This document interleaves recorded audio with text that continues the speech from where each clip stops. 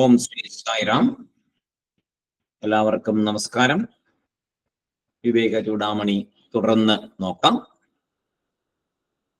ഓം സദാശിവസമാരംഭാം ശങ്കരാചാര്യമധ്യമാം അസ്മദാചാര്യപര്യന്താം വന്ദേ ഗുരുപരമ്പരാം. കഴിഞ്ഞ ദിവസം നമ്മള് സാധനാ ചതുഷ്ടയം 4 നോക്കി തീർത്തു. അവസാനമായിട്ട് നോക്കിയത് അഹങ്കാരാദി ദേഹാന്താൻ ബന്ധാൻ അജ്ഞാനകൽപ്പിതാൻ സ്വസ്വരൂപാവബോധേന മോക്തുമിച്ഛ മുക്ഷുത എന്നുള്ള ശ്ലോകവും നോക്കിയിട്ടാണ് നമ്മൾ സാധനാ ചതുഷ്ടയം പൂർണ്ണമായിട്ടും നോക്കി തീർത്തത്. അതായത് വിവേകം, വൈരാഗ്യം, ശമാധി, ഷഡ്കസമ്പത്തി, മുമുക്ഷുത്വം. അതെല്ലാം ആകുമ്പോൾ ഒരു ആൾക്ക് വേണ്ട മിനിമം ക്വാളിഫിക്കേഷനായി. അത്രയും കാര്യങ്ങൾ ചെയ്ത ഒരു ആളാണ് ഒരു ശരിയായിട്ട് യഥാർത്ഥമായിട്ട് ആത്മീയ പാതയിൽ മുന്നേറി തുടങ്ങാനുള്ള ജ്ഞാന സമ്പാദനം എന്നുള്ള പ്രക്രിയയ്ക്ക് അർഹനായി മാറുന്നത്. ഇത്രയും കാര്യങ്ങൾ വേണം, എന്നാലേ മുന്നോട്ട് പോകുവാനായിട്ട് സാധിക്കുകയുള്ളൂ. അപ്പൊ അത്രയും വരെ നമ്മൾ നോക്കി. ഈ സാധനങ്ങളെല്ലാം ചെയ്യണം, ഇതെല്ലാം വേണം. അപ്പോഴാണ് നമ്മൾ മോക്ഷം നേടാനായിട്ടുള്ള ജ്ഞാന സമ്പാദനത്തിന് അർഹനാവുന്നത്. ഇനി ജ്ഞാന സമ്പാദനമാണ് ഉള്ളത്. അപ്പൊ അതിനെന്താണ് ഇനി ചെയ്യണ്ടേ? അവിടെയാണ് അടുത്ത ശ്ലോകം വരുന്നത്. ഉക്തസാധന സമ്പന്ന തത്വജിജ്ഞാസുരാത്മനഃ ഉപസീദേത് ഗുരും പ്രാപ്യം യസ്മാത് ബന്ധ വിമോക്ഷണം. ഉക്തസാധന സമ്പന്ന തത്വജിജ്ഞാസുരാത്മനഃ ഉപസീദേത് ഗുരും പ്രാജ്ഞം യസ്മാത് ബന്ധ വിമോക്ഷണം. എന്താണ് ശ്ലോകം പറയുന്നത് നമുക്ക് നോക്കാം. സാധനാ ചതുഷ്ടയ സമ്പത്തി എന്ന അർഹത നേടിയ ആൾ ഇനി എന്ത് ചെയ്യണം? അതാണ് ഇവിടെ വരുന്ന ഇതിന്റെ സാരം. ശരിക്കും ചെയ്യാൻ എന്താണ്? നമ്മൾ ഇതിനെ വിചാരം ചെയ്താണ് മുന്നോട്ട് പോകുന്നതെന്ന് നമ്മൾ പഠിച്ചു. ശാസ്ത്ര വിചാരം, വിചാരം എന്നുള്ളൊരു കാര്യമാണ് വളരെ പ്രധാനപ്പെട്ടത്. അപ്പൊ വിചാരം ചെയ്യാൻ എന്താണ് വേണ്ടത് എന്ന് പറഞ്ഞപ്പോൾ ഈ സാധനകളൊക്കെ വേണം എന്ന് പറഞ്ഞാണ് ഇത്രയും സാധനങ്ങളെ പറഞ്ഞു. അപ്പൊ അങ്ങനെ സാധനങ്ങളെല്ലാം ചെയ്ത് കഴിയുമ്പോൾ അർഹതയായി, വിചാരം ചെയ്യാനുള്ള അർഹത നേടി. ഇനി എന്താണ് ചെയ്യേണ്ടത്? ഒരു വിചാരം ചെയ്യാൻ ആരംഭിക്കണമല്ലോ. എങ്ങനെയാണ് വിചാരം ചെയ്യാൻ ആരംഭിക്കുക? അതിന് വേദാന്ത ശ്രവണത്തിന് ഒരു ഗുരുവിനെ നേടണം. അപ്പൊ വിചാരം ചെയ്യലാണ് ജ്ഞാനത്തിലേക്കുള്ള വഴി. ശാസ്ത്ര വിചാരം.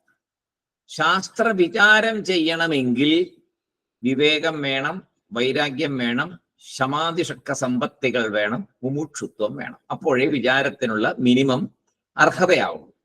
ശരി, നമ്മൾക്ക് മിനിമം അർഹതയൊക്കെ ആയി. ഇനി എന്താണ്? വിചാരം ചെയ്യണം. ചുമ്മാ അങ്ങനെ വിചാരം ചെയ്യാൻ പറ്റുമോ? പറ്റില്ല.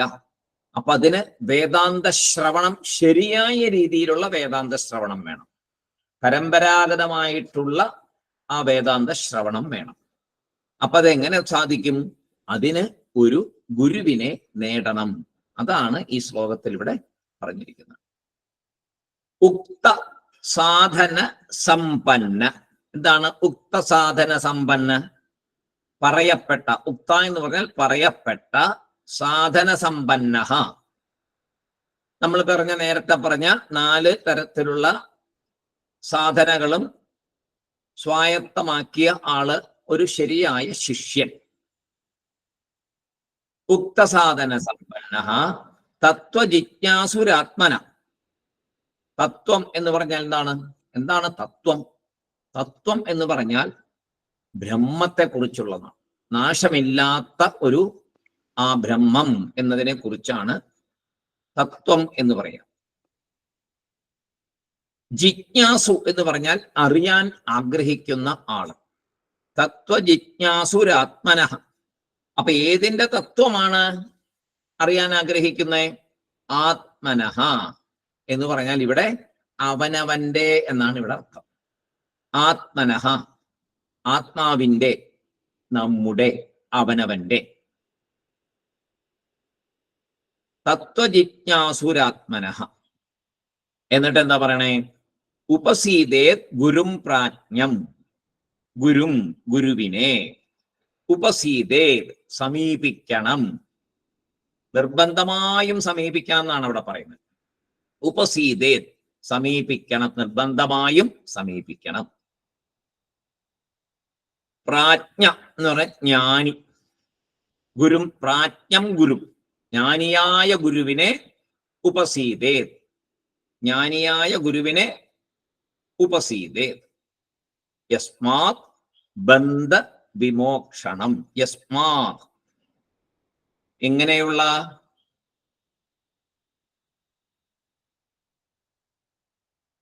ബന്ധവിമോക്ഷണം, ബന്ധത്തിൽ നിന്ന്, ബന്ധനത്തിൽ നിന്ന് മോചനം, അതുണ്ടാകാൻ വേണ്ടിയിട്ടാണ് ഈ ഗുരുവിനെ പ്രാപിക്കുക. ഗുരുവിനെ പ്രാപിച്ചാൽ മാത്രമേ, ഗുരുവിൽ കൂടി മാത്രമേ വേദാന്ത ശ്രവണം ശരിയായ രീതിയിൽ നടക്കുകയുള്ളൂ. അപ്പോൾ വിചാരം ചെയ്ത് അങ്ങനെ വേണം ഈ ബന്ധത്തിൽ നിന്നൊക്കെ മനസ്സിന് തിരിച്ചു വൈരാഗ്യമൊക്കെ ഉണ്ടാകാൻ. അപ്പൊ വേദാന്തം തനിയെ പഠിച്ചാൽ അവനവന്റെ അറിവിന് മേലെ പോകില്ല. തനിയെ വേദാന്തം, ഇപ്പൊ നമ്മൾ പുസ്തകം എന്താ പറയുക, ഉപനിഷത്തൊക്കെ പുസ്തകം മേടിച്ച് പഠിക്കാം. മലയാളത്തിലൊക്കെ തർജ്ജമ ചെയ്ത ഇഷ്ടമുള്ള പുസ്തകങ്ങൾ നമുക്ക് കിട്ടും. പക്ഷെ അവിടെ പറയുന്നത് അങ്ങനെ ചെയ്താൽ നമ്മുടെ അറിവുണ്ടല്ലോ, നമ്മുടെ അറിവിന് ഒരു പരിധി വെച്ചിട്ടുണ്ട് നമ്മൾ ഇപ്പോ നോർമലി. അപ്പോ നമ്മൾ ആ പുസ്തകം നോക്കുമ്പോഴും അതിൽ നിന്ന് കിട്ടുന്നത് അത് കൂടുതൽ അങ്ങോട്ട് പ്രശോഭിക്കില്ല. അതിന് ഒരു ഗുരുവിന്റെ സാമീപ്യം ഉണ്ടെങ്കിലേ പറ്റുള്ളൂ. തത്വജ്ഞാനിയായ ഒരു ഗുരുവിന്റെ സാമീപ്യത്തിലിരുന്ന് ആ ഗുരു നമുക്ക് പറഞ്ഞു തരുമ്പോ നമ്മളിലെല്ലാം ഒളിഞ്ഞു കിടപ്പുണ്ട്. നമ്മളില് ഏറ്റവും കൂടുതൽ കഴിവുകൾ നമ്മളിൽ ഒളിഞ്ഞു കിടപ്പുണ്ട്. നമ്മൾ ആത്മാവിനെ തിരിച്ചറിയാത്തത് കൊണ്ട് നമുക്കതൊന്നും അറിയുന്നില്ല. അപ്പൊ നമ്മൾ ആ തിരിച്ചറിവിലേക്ക് വരണമെങ്കിൽ ഒരു ജ്ഞാനിയുടെ സമീപത്തിരിക്കുമ്പോൾ ആ ശക്തി, ആ ഊർജം നമ്മളെ കൂടുതലായിട്ട് ചിന്തിക്കാനും നമ്മുടെ ബുദ്ധി കൂടുതൽ വികസിക്കാനും ആ സ്മൃതിയെല്ലാം കൂടുതൽ ഉണ്ടാകാനും അത് സഹായകരമാകും. അത് വേണം തന്നെ, നിർബന്ധമായിട്ടും ആത്മീയ കാര്യത്തിൽ അത് വേണം. അതുകൊണ്ടാണ് പുസ്തകം നോക്കി മാത്രം പഠിച്ചാൽ പോരാ എന്ന് പറയുന്നത്. പുസ്തകം നോക്കിയാൽ നമുക്ക് കിട്ടും അറിവുകൾ, പക്ഷെ അതിന് വളരെ വളരെ ചെറിയ അറിവേ നമുക്ക് അതിനൂടെ കിട്ടുള്ളൂ. ഒരു ഗുരുമുഖത്ത് നിന്ന് കേൾക്കുമ്പോൾ, ജ്ഞാനിയായ ഗുരുവിൽ നിന്ന്, വെറും ഗുരുവല്ല, ജ്ഞാനിയായ ഗുരുവിൽ നിന്ന് കേൾക്കുമ്പോൾ അത് വളരെ പെട്ടെന്ന് നമ്മളിൽ അതിൻ്റെ എന്താ പറയുക, അതിൻ്റെ പ്രവർത്തനം വളരെ ഗംഭീരമായിട്ട് നടക്കും. നമ്മൾ വിചാരിക്കാത്ത വളരെ ഉയർന്ന അർത്ഥതലങ്ങളിലേക്ക് പുസ്തകം വായിക്കുമ്പോൾ കിട്ടുന്ന അർത്ഥതലങ്ങളെക്കാൾ അപ്പുറം വളരെ ഉന്നതമായ രീതിയിലുള്ള ചിന്താധാരയിലേക്ക് നമ്മളെ എത്തിക്കും ഗുരുവിന്റെ സാമീപ്യം. അതുകൊണ്ടാണ് പുസ്തകം വായിച്ച് മാത്രം പഠിച്ചാൽ പോരാ എന്ന് പറയുന്നതിന്റെ കാര്യം. നമ്മളുടെ ലിമിറ്റേഷൻസിൽ അത് ഒതുങ്ങി നിൽക്കും പുസ്തകം വായിച്ചിട്ടുള്ള അറിവുകൾ. അപ്പോൾ ജ്ഞാനിയായ ഗുരുവിനെ സമീപിക്കണം എന്നാണ് ഈ ശ്ലോകത്തിൽ പറഞ്ഞത്. ഇതിനകത്ത് ഈ ശ്ലോകത്തിൽ വേറെ പ്രത്യേകിച്ച് വലിയ കാര്യങ്ങളൊന്നുമില്ല. ജ്ഞാനിയായ ഒരു ഗുരുവിനെ സമീപിക്കണം എന്നുള്ളത് മാത്രമാണ് ആ ശ്ലോകത്തിൽ. നമുക്ക് അടുത്ത ശ്ലോകത്തിലേക്ക് പോകാം. ശ്രോത്രിയോ അവൃജനഃ, ശ്രോത്രിയോ അവൃജിനഃ, അകാമഹതോ യോ ബ്രഹ്മവിത്തമഃ,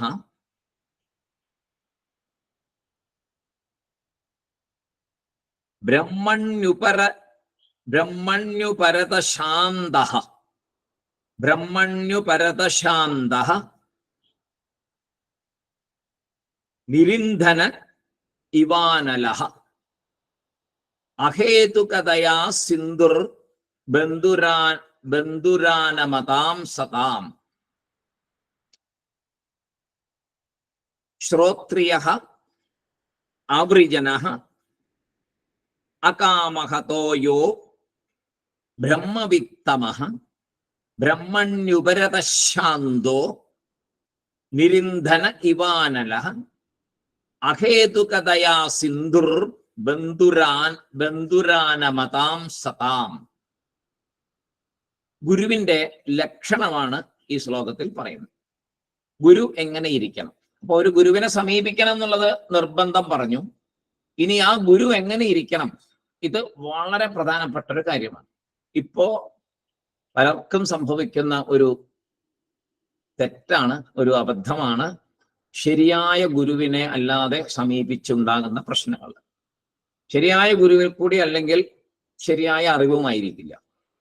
അങ്ങനെ വരുമ്പോ എന്താ ഇത് അന്തിമ ലക്ഷ്യത്തിലേക്കുള്ള ഒരു അറിവാണ്.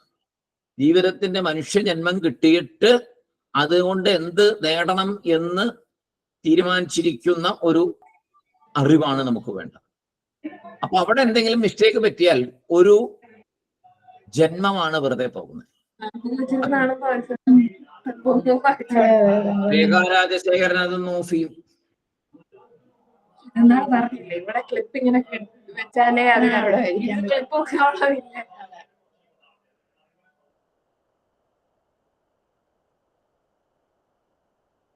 ഇപ്പൊ നല്ലൊരു ഗുരുവിനെ കിട്ടി, പരമ്പരാഗതമായിട്ടുള്ളൊരു ഗുരുവിനെ. അപ്പൊ ഗുരുവിന്റെ വിശേഷണം ഇവിടെ പറയാൻ പോകുന്നത്. എന്തിനാണ് അങ്ങനെ ഗുരുവിന്റെ വിശേഷണം പറയണേ എന്ന് വെച്ച് കഴിഞ്ഞാൽ ഇതാണ് അതിന്റെ ആവശ്യം. തെറ്റായ ഒരു വഴിക്ക് പോയാൽ ഒരു ജന്മമാണ് നഷ്ടപ്പെടുക. പക്ഷെ പലരും അതൊന്നും ശ്രദ്ധിക്കാറില്ല. അത്രത്തോളം നിഷ്കർഷയായിട്ട് വേദാന്തം പഠിക്കണം, വേദാന്തം പഠിച്ച് എനിക്ക് ജ്ഞാനം സമ്പാദിക്കണം, എൻ്റെ അജ്ഞാനം മാറണം, ആത്മതത്വം എനിക്ക് തിരിച്ചറിയണം, ഞാൻ ആത്മാവാണെന്ന് അറിയണം എൻ്റെ ശരീരം വിടുന്നതിന് മുമ്പേ എന്ന് അപ്പൊ നേരത്തെ പറഞ്ഞ മുമുക്ഷുത്വത്തിനെ കുറിച്ചുള്ള പറഞ്ഞല്ലോ, വിവേകത്തോടു കൂടിയുള്ള ഒരു അനാത്മാവിനെ തിരിച്ചറിഞ്ഞ് ആത്മാവിലേക്കുള്ള യാത്ര വേണം. അതാണ് മുമുക്ഷുത്വം എന്ന് പറഞ്ഞു. അപ്പൊ അത്രയും ആ മുമുക്ഷുത്വം ശരിയായിട്ടുള്ള ഒരാള് അത് ശരിയായിട്ട് അതിന്റെ പ്രയോജനം ലഭിക്കണമെങ്കിൽ അത്രമാത്രം ശ്രദ്ധിച്ച് നോക്കി ഒരു ഗുരുവിനെ സമീപിക്കേണ്ടത് ആവശ്യമാണ്. അതാണ് ഇവിടെ പറയുന്നത്. ഗുരുവിന്റെ ലക്ഷണത്തെ പറഞ്ഞു തരികയാണ്.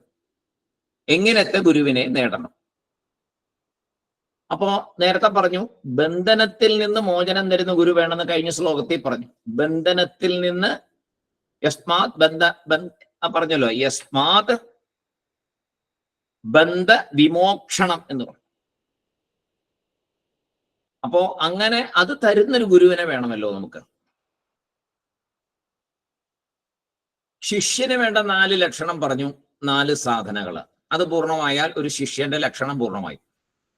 വിവേകം, വൈരാഗ്യം, ശമാധി, ശക്ക സമ്പത്തികള്, മുമുക്ഷുത്വം, ഇത്രയുമായി കഴിയുമ്പോ ശിഷ്യനൊക്കെ. അപ്പൊ ഇനി ഗുരു എങ്ങനെയാണ്? ഗുരുവിന് 2 തരത്തിലുള്ള കാര്യങ്ങൾ ഉണ്ടായിരിക്കണം. ശിഷ്യന് 4 കാര്യങ്ങളുണ്ട്, ഗുരുവിന് 2 കാര്യങ്ങളുണ്ട്.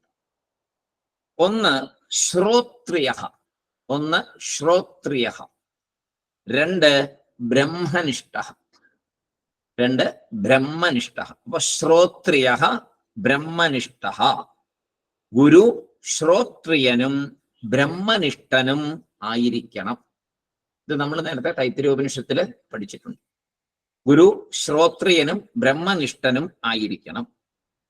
ശ്രോത്രിയൻ എന്നാൽ പരമ്പരാഗതമായിട്ട് വരുന്ന രീതിയിൽ പരമ്പരയായി ഗുരുവിൽ നിന്ന് അധ്യയനം ചെയ്ത ആൾ. പരമ്പരയായിട്ട് ഒരു ഗുരു, ആ ശിഷ്യൻ, പിന്നെ ശിഷ്യൻ ഗുരുവും, പിന്നെ വീണ്ടും ശിഷ്യന്മാരുണ്ടോ, പിന്നെ ഗുരു ഉണ്ടോ, ഇങ്ങനെ വന്നൊരു കണ്ണി മുറിയാതെ ആ ഒരു പരമ്പരയിൽ വന്നിരിക്കും. നമുക്ക് നോർത്ത് ഇന്ത്യയിലൊക്കെ പോയാൽ ഇങ്ങനെ ധാരാളം ഗുരു പരമ്പരയെ നമുക്ക് കാണാൻ പറ്റും. ഇവിടെ നമ്മുടെ ഇവിടെ നമുക്കങ്ങനെ കിട്ടാൻ വളരെ ബുദ്ധിമുട്ടാണ്. നോർത്തിലൊക്കെ അത് ശരിക്കും നല്ല പരമ്പരകൾ ധാരാളം ഉണ്ട്. അതിൽ നിന്ന് അങ്ങോട്ടും ഇങ്ങോട്ടും സ്വല്പം പോലും വ്യതിചലിക്കില്ല. ഒരു ഗുരുവിന്റെ പാതയിൽ തന്നെ നന്നായിട്ട് കറക്റ്റായിട്ട് പോയിക്കൊണ്ടിരിക്കും. തമിഴ്നാട്ടിലും ഉണ്ട്. അപ്പൊ ഗുരു ശ്രോത്രിയനായിരിക്കണം. ആദ്യത്തെ കാര്യം, സമ്പ്രദായം രീതിയിൽ വേദാന്തം പഠിച്ച ആളായിരിക്കണം. ഇങ്ങനെ ഈ പരമ്പരാഗതമായ ഒരു ശിക്ഷണം കിട്ടിയ, അതിലൂടെ പഠിച്ചു വന്ന ഒരു ഗുരുവിനെ ലഭിക്കുമ്പോൾ ആ ശിഷ്യൻ രണ്ട് കാര്യം നേടും. അവിടെ അങ്ങനെയുള്ള ഒരു ഗുരുവിന്റെ അടുത്തുനിന്ന് ശിഷ്യൻ രണ്ട് കാര്യങ്ങൾ നേടും. ഒന്ന്, അറിവ് നേടും. രണ്ടാമതായിട്ട് പഠിപ്പിക്കുന്ന ഒരു രീതി. അതിങ്ങനെയേ കിട്ടുള്ളൂ. ശ്രോത്രിയന്റെ കൂടെ പോയാലേ നമ്മൾ കിട്ടുന്ന അറിവ് പിന്നീട് നമ്മളും പഠിപ്പിക്കണമല്ലോ. അത് നിർബന്ധമാണ്. ഒരു പഠിപ്പിക്കുക, മറ്റുള്ളവരെ കിട്ടിയ അറിവ് മറ്റുള്ളവർക്ക് പകർന്നു കൊടുക്കുക എന്നുള്ള ഒരു ധർമ്മമാണ്. അത് ചെയ്യണം. പ്രത്യേകിച്ചും വേദാന്തത്തിൽ അത് ചെയ്തിരിക്കണം. അപ്പൊ അങ്ങനെ ചെയ്യുന്നതിന് അതിൻ്റെതായ ഒരു കഴിവ് വേണമല്ലോ. എല്ലാവർക്കും അത് പറ്റില്ല. പക്ഷേ ഒരു പരമ്പരാഗതമായ ഗുരുവിന്റെ അടുത്ത് ചെന്ന് വർഷങ്ങളോളം പഠിക്കുമ്പോൾ നമുക്കും പഠിപ്പിക്കുവാനുള്ള ഒരു കഴിവ് കിട്ടും. അതിങ്ങനെയേ കിട്ടുകയുമുള്ളൂ, വേറൊരു വഴിക്ക് കിട്ടുകയില്ല. അപ്പൊ അറിവ് കിട്ടും.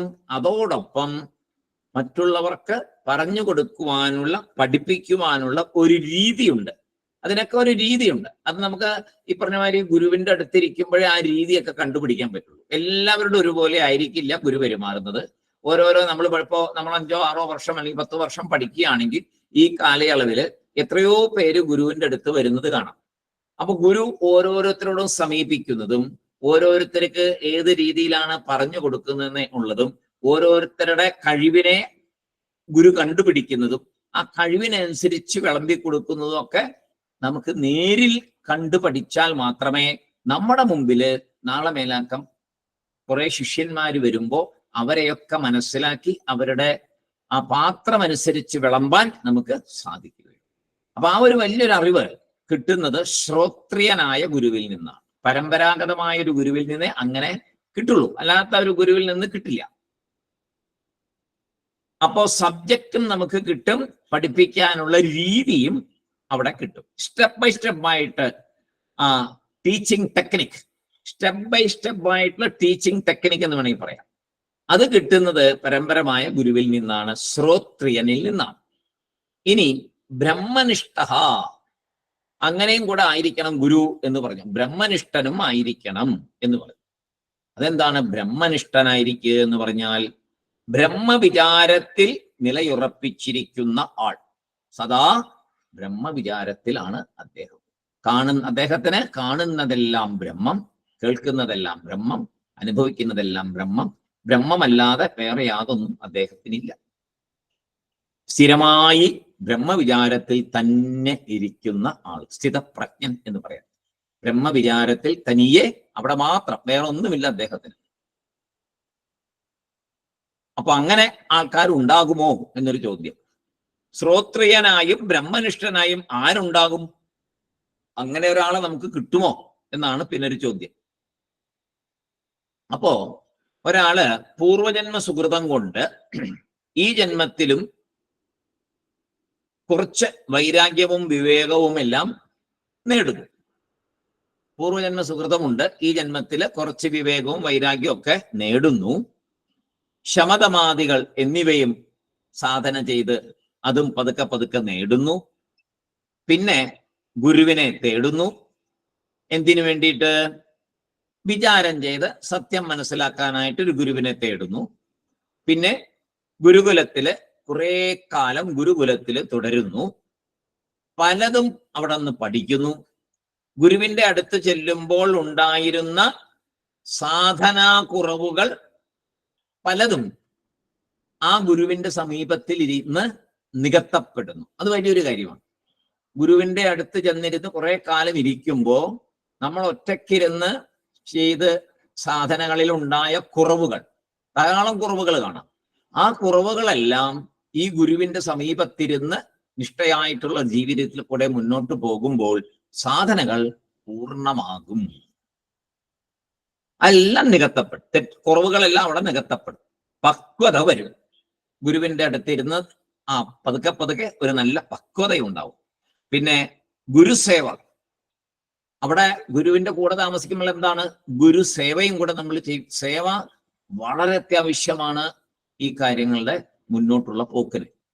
അതിനാണ് ഈ ഗുരുസേവ വെച്ചിരിക്കുന്നത്. വളരെ അത്യാവശ്യമാണത്. നമ്മുടെ അഹംഭാവം പോവാൻ, അഹങ്കാരം മാറാൻ, അതിനെല്ലാം സേവനം വളരെ ആവശ്യമാണ്. അപ്പോ ഗുരുവിന്റെ അടുത്ത് ഗുരുവിനെ സേവിക്കുക, അത് വലിയൊരു സംഗതിയാണ്. ഇപ്പൊ നമുക്ക് നോക്കിയാൽ അറിയാം, വലിയ വലിയ രാജാക്കന്മാരെല്ലാം ഗുരുനാഥന്മാരുടെ അടുത്ത് പോയിരുന്ന് എത്രയോ സേവനം ചെയ്തിട്ടുള്ളവരാണ്. ഭഗവാൻ ശ്രീകൃഷ്ണൻ ഒക്കെ അതിൽപ്പെട്ട ആൾക്കാരാണ്. ഗുരുവിന്റെ അടുത്ത് പോയി സേവനം ചെയ്തിട്ടുണ്ട്. കാട്ടിൽ പോയി മരമടിച്ചു കൊണ്ടുവന്ന് കൊടുക്കുക, മറക് കൊണ്ടുവന്ന് കൊടുക്കുക, എന്തെല്ലാം വെള്ളം കൊണ്ട് കൊടുക്കുക, ഭക്ഷണ സാധനങ്ങൾ പഴങ്ങളൊക്കെ പറിച്ചു കൊണ്ട് കൊടുക്കുക, വൃത്തിയാക്കുക, പൂ പറിച്ചു കൊടുക്കുക.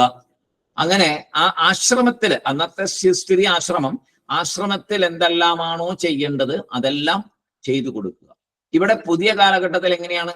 അതിനാണ് പുതിയ കാലഘട്ടത്തിൽ ഭഗവാൻ ബാബ ഗ്രാമസേവ, പ്രശാന്തി സേവ മുതലായ സേവകൾ വെച്ചിരിക്കുന്നത്. അതും കൂടെ ഉണ്ടെങ്കിലേ ആത്മീയ പാതയിലുള്ള മുന്നേറ്റം ശരിയാവുള്ളൂ. എന്നുവെച്ചാൽ മനസ്സിലെ കുറെ കാര്യങ്ങളെ, അഹങ്കാരം മുതലായ കുറെ കാര്യങ്ങളെ മനസ്സിൽ നിന്ന്, ഈഗോ ഒക്കെ മനസ്സിൽ നിന്ന് കളയണമെങ്കിൽ സേവനത്തിൽ കൂടിയേ അത് പോകുള്ളൂ. പുസ്തകം വായിച്ചാൽ അത് പോകില്ല. കുറെ പേരുടെ കൂടെ ഇടപെട്ട്, നമ്മുടെ മുമ്പിൽ കുറെ പ്രശ്നങ്ങളെ കണ്ട്, പിന്നെ കുറെ പ്രശ്നങ്ങളിൽ ഇടപെട്ട്, പലതരത്തിലുള്ള കമന്റ്സുകളും കേട്ട്, നല്ലതും ചീത്തയൊക്കെ കേൾക്കൂലോ. ഇങ്ങനെ പലതിൽ നിന്ന് പലതര ബുദ്ധിമുട്ടുകളിൽ കൂടി പോയി പല പല സർവീസ് ചെയ്യുമ്പോൾ സർവീസ് മേടിക്കുന്നവരുടെ പ്രതികരണം, സർവീസ് ചെയ്യാൻ ചെല്ലുമ്പോൾ ഇത് നോക്കി നിൽക്കുന്നവരുടെ പ്രതികരണം, ഇങ്ങനെ പല പല രീതിയിൽ മനസ്സിലെ പല മോശമായ കാര്യങ്ങളും അതിൽ നിന്ന് പോകും. അപ്പൊ അതുകൊണ്ടാണ് ഭഗവാൻ ബാബ എല്ലാവരോടും നിർബന്ധമായിട്ടും ആത്മീയ പാതയിൽ മുന്നേറണമെങ്കിൽ സേവ കൂടിയേ തീരൂ എന്ന് പറഞ്ഞിട്ടുണ്ട്. സേവ നിർബന്ധമാണ്. ഇനി പുറത്തു പോയി അങ്ങനെയൊക്കെ ചെയ്യാൻ പറ്റാത്തവർക്ക് പ്രശാന്തി സേവയുണ്ട്. ഭഗവാന്റെ അവിടെ പോയി ഒരു വർഷത്തില് 2 പ്രാവശ്യം, ജനുവരിയിലും ജൂലൈയിലും 2 പ്രാവശ്യം സ്വാമിയുടെ അവിടെ ചെന്ന് സേവനങ്ങൾ ചെയ്യാം. അത് നല്ല ഡ്യൂട്ടിയാണ്. ഓരോ സ്ഥലങ്ങളിൽ നമുക്ക് എന്താണ് അവിടെ ചെല്ലുമ്പോൾ നമ്മുടെ ക്വാളിഫിക്കേഷൻ അനുസരിച്ചുള്ള ഡ്യൂട്ടികളാണ് നമുക്ക് തരിക. അപ്പൊ അവിടെ തന്നെ ക്യാൻറ്റീനിൽ ഇഷ്ടംപോലെ ക്യാൻറ്റീനിൽ സെർവ് ചെയ്യാനുള്ള അവസരമുണ്ട്. അവിടെ പാത്രം കഴുകാനുള്ള അവസരമുണ്ട്, വിളമ്പി കൊടുക്കാനുള്ള അവസരമുണ്ട്. പല പല കാര്യങ്ങളുണ്ട്, ഒത്തിരി കാര്യങ്ങളുണ്ട്. അതേമാതിരി അവിടെയുള്ള ബിൽഡിങ്ങുകളിലൊക്കെ കാവൽ നിൽക്കുന്ന ഒരു കാര്യങ്ങളുണ്ട്. പിന്നെ വരുന്ന ഭക്തന്മാരെ അവർക്ക് വേണ്ട കാര്യങ്ങൾ പറഞ്ഞു കൊടുക്കുന്ന കാര്യങ്ങളുണ്ട്. ഒരുപാട് ജോലികൾ. ഒരു വലിയൊരു ആശ്രമത്തില് ഒരുപാട് പേര്, അവിടെ 10,200 ഒറ്റ ഒരു സമയത്ത് ഒരു 10,500ഓളം പേർ അവിടെ സർവീസിന് ആവശ്യമുണ്ട്. അത്രയും വലിയ ഒരു സർവീസ് നടക്കുന്ന ഒരു സ്ഥലം. അതുപോലെ സ്വാമി പറയും, എപ്പോഴും നമ്മുടെ ഇപ്പോ പ്രശാന്തി സേവയ്ക്ക് പറ്റാത്തവരെന്ത് ചെയ്യണം? നാട്ടില് അടുത്തുള്ള ഗ്രാമങ്ങളിലൊക്കെ പോയി സർവീസ് ചെയ്യണം. ഇവിടെ എന്താ ചെയ്യാറ്? ഇവിടെയൊക്കെ നമ്മൾ ടെമ്പിൾ സർവീസ് ചെയ്യാറുണ്ട്. ഇവിടെയൊക്കെ അമ്പലങ്ങളിലിടയ്ക്ക് പോയിട്ട് അമ്പലങ്ങളൊക്കെ വൃത്തിയാക്കും. അതേമാതിരി ആശുപത്രികളൊക്കെ പോയിട്ട്, മോശമായിരിക്കുന്ന ആശുപത്രികളിലൊക്കെ പോയി അവിടെയൊക്കെ വൃത്തിയാക്കും. അങ്ങനെ പല സേവനങ്ങൾ, ധാരാളം സേവനങ്ങൾ ചെയ്യാം. സേവനങ്ങൾ ചെയ്യുമ്പോൾ അത് പറഞ്ഞറിയിക്കാൻ പറ്റില്ല. പുറത്ത് ചെന്ന് ചെയ്യുമ്പോഴേ അറിയുള്ളൂ അതിനകത്തുള്ള പല തരത്തിലുള്ള നമ്മുടെ ആ സ്വഭാവം എങ്ങനെ നന്നാക്കി എടുക്കപ്പെടും എന്നുള്ളത് അവിടെ ചെല്ലുമ്പോഴേ അറിയുള്ളൂ. പറഞ്ഞ് അറിയിക്കാൻ പറ്റില്ല. നമ്മുടെ ഉള്ളിലുള്ള സകല മാലിന്യങ്ങളും പുറത്തുള്ള മാലിന്യങ്ങളെ ക്ലീൻ ചെയ്യുമ്പോൾ നമ്മുടെ അകത്തുള്ള മാലിന്യങ്ങൾ പോവും. ഒരു സംശയവുമില്ല. ഇത് അനുഭവത്തിലുള്ളതാണ്. എത്രയോ അനുഭവത്തിൽ, ഞാൻ എൻ്റെ സ്വന്തം അനുഭവത്തിൽ അത് ആ ഒരു വലിയൊരു അനുഗ്രഹം, ഭഗവാന്റെ അനുഗ്രഹം. അന്ന് അങ്ങനെ സർവീസിന് പോയപ്പോഴേ മനസ്സിലായിട്ടുള്ളൂ. 2ഉം ചെയ്തിട്ടുണ്ട്. നാട്ടിലെ സർവീസും മറ്റേ സർവീസും 2ഉം ചെയ്തിട്ടുണ്ട്.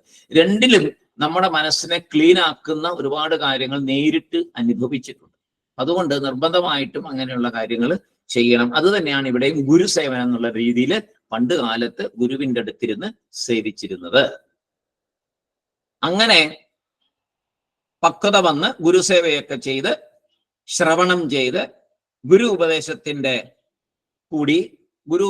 കൂടി കുറെ സംശയങ്ങൾ തീരും. ഒരുപാട് സംശയങ്ങളുണ്ടല്ലോ, ആത്മീയയാത്രയിലെ സംശയങ്ങൾ ധാരാളമുണ്ട്. അപ്പൊ ഗുരുവിന്റെ സന്നിധാനത്തിൽ ഇരിക്കുമ്പോൾ, നല്ല അനുഭവമുള്ള ഗുരുവിന്റെ അടുത്തിരിക്കുമ്പോൾ, ബ്രഹ്മനിഷ്ഠനായ ഗുരുവിന്റെ അടുത്തിരിക്കുമ്പോൾ സംശയങ്ങളൊക്കെ പതുക്കെ ഓരോന്ന് സമയം സന്ദർഭവും അനുസരിച്ച് ചോദിക്കും. ചിലതിന് ആ സമയം മറുപടി പറയില്ല ഗുരു. കാരണം ശിഷ്യൻ കുറെ വളർന്നാലേ അതിന്റെ മറുപടി പറഞ്ഞാൽ മനസ്സിലാവുള്ളൂ. ഉണ്ടാവില്ല. ഇപ്പൊ നമ്മളൊക്കെ പെട്ടെന്ന് എന്താണ് ഈ ആത്മ എന്ന് പറയുന്നത് എന്ന് നമ്മളിപ്പോ ചോദിച്ചാൽ ഒരാൾ അതിന്റെ മറുപടി ആത്മതത്വം നമുക്ക് പറഞ്ഞു തന്നാൽ നമുക്ക് കറക്റ്റായിട്ട് മനസ്സിലാവുമോ? ഇല്ല, നമുക്ക് അതിനുള്ള കഴിവായിട്ടില്ല. കാരണം നമ്മൾ ഈ സാധനങ്ങളെല്ലാം ചെയ്ത് കറക്റ്റായിട്ടിരിക്കുന്ന ഒരാളല്ല, ഉറപ്പായിട്ടുമല്ല. നമ്മൾ ആരും ആ സാധനം പൂർണ്ണമായിട്ടും ചെയ്ത ആൾക്കാരല്ല. സമാധി ഷഡ്ക സമ്പത്തികളൊക്കെ നമ്മൾ പൂർണ്ണമാണോ? നമ്മൾ അല്ലല്ലോ.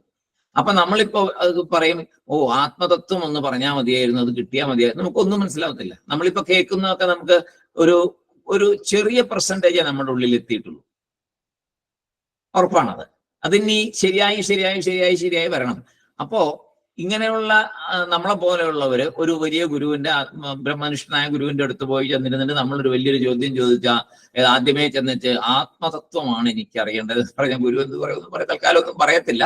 സമയമാകുമ്പോൾ പറഞ്ഞു തരും. അപ്പൊ എന്താ വെച്ചാൽ അതിന് മുമ്പേ അറിയേണ്ട കുറെ കാര്യങ്ങളെ ഗുരു പറഞ്ഞു തരും. അപ്പൊ നമ്മളും അങ്ങനെ തന്നെയാണല്ലോ ഉണ്ടായത്. നമ്മൾ ആ ഉപനിഷത്തിലേക്ക് നേരത്തെ ആദ്യമേ 1-2 ഉപനിഷത്തിലേക്ക് ഉപനിഷത്ത് പഠിക്കാൻ പോയി കുറച്ചങ്ങോട്ട് മുന്നോട്ട് പോയപ്പോഴാണ് മനസ്സിലായത് അങ്ങനെയല്ല വേണ്ടത്.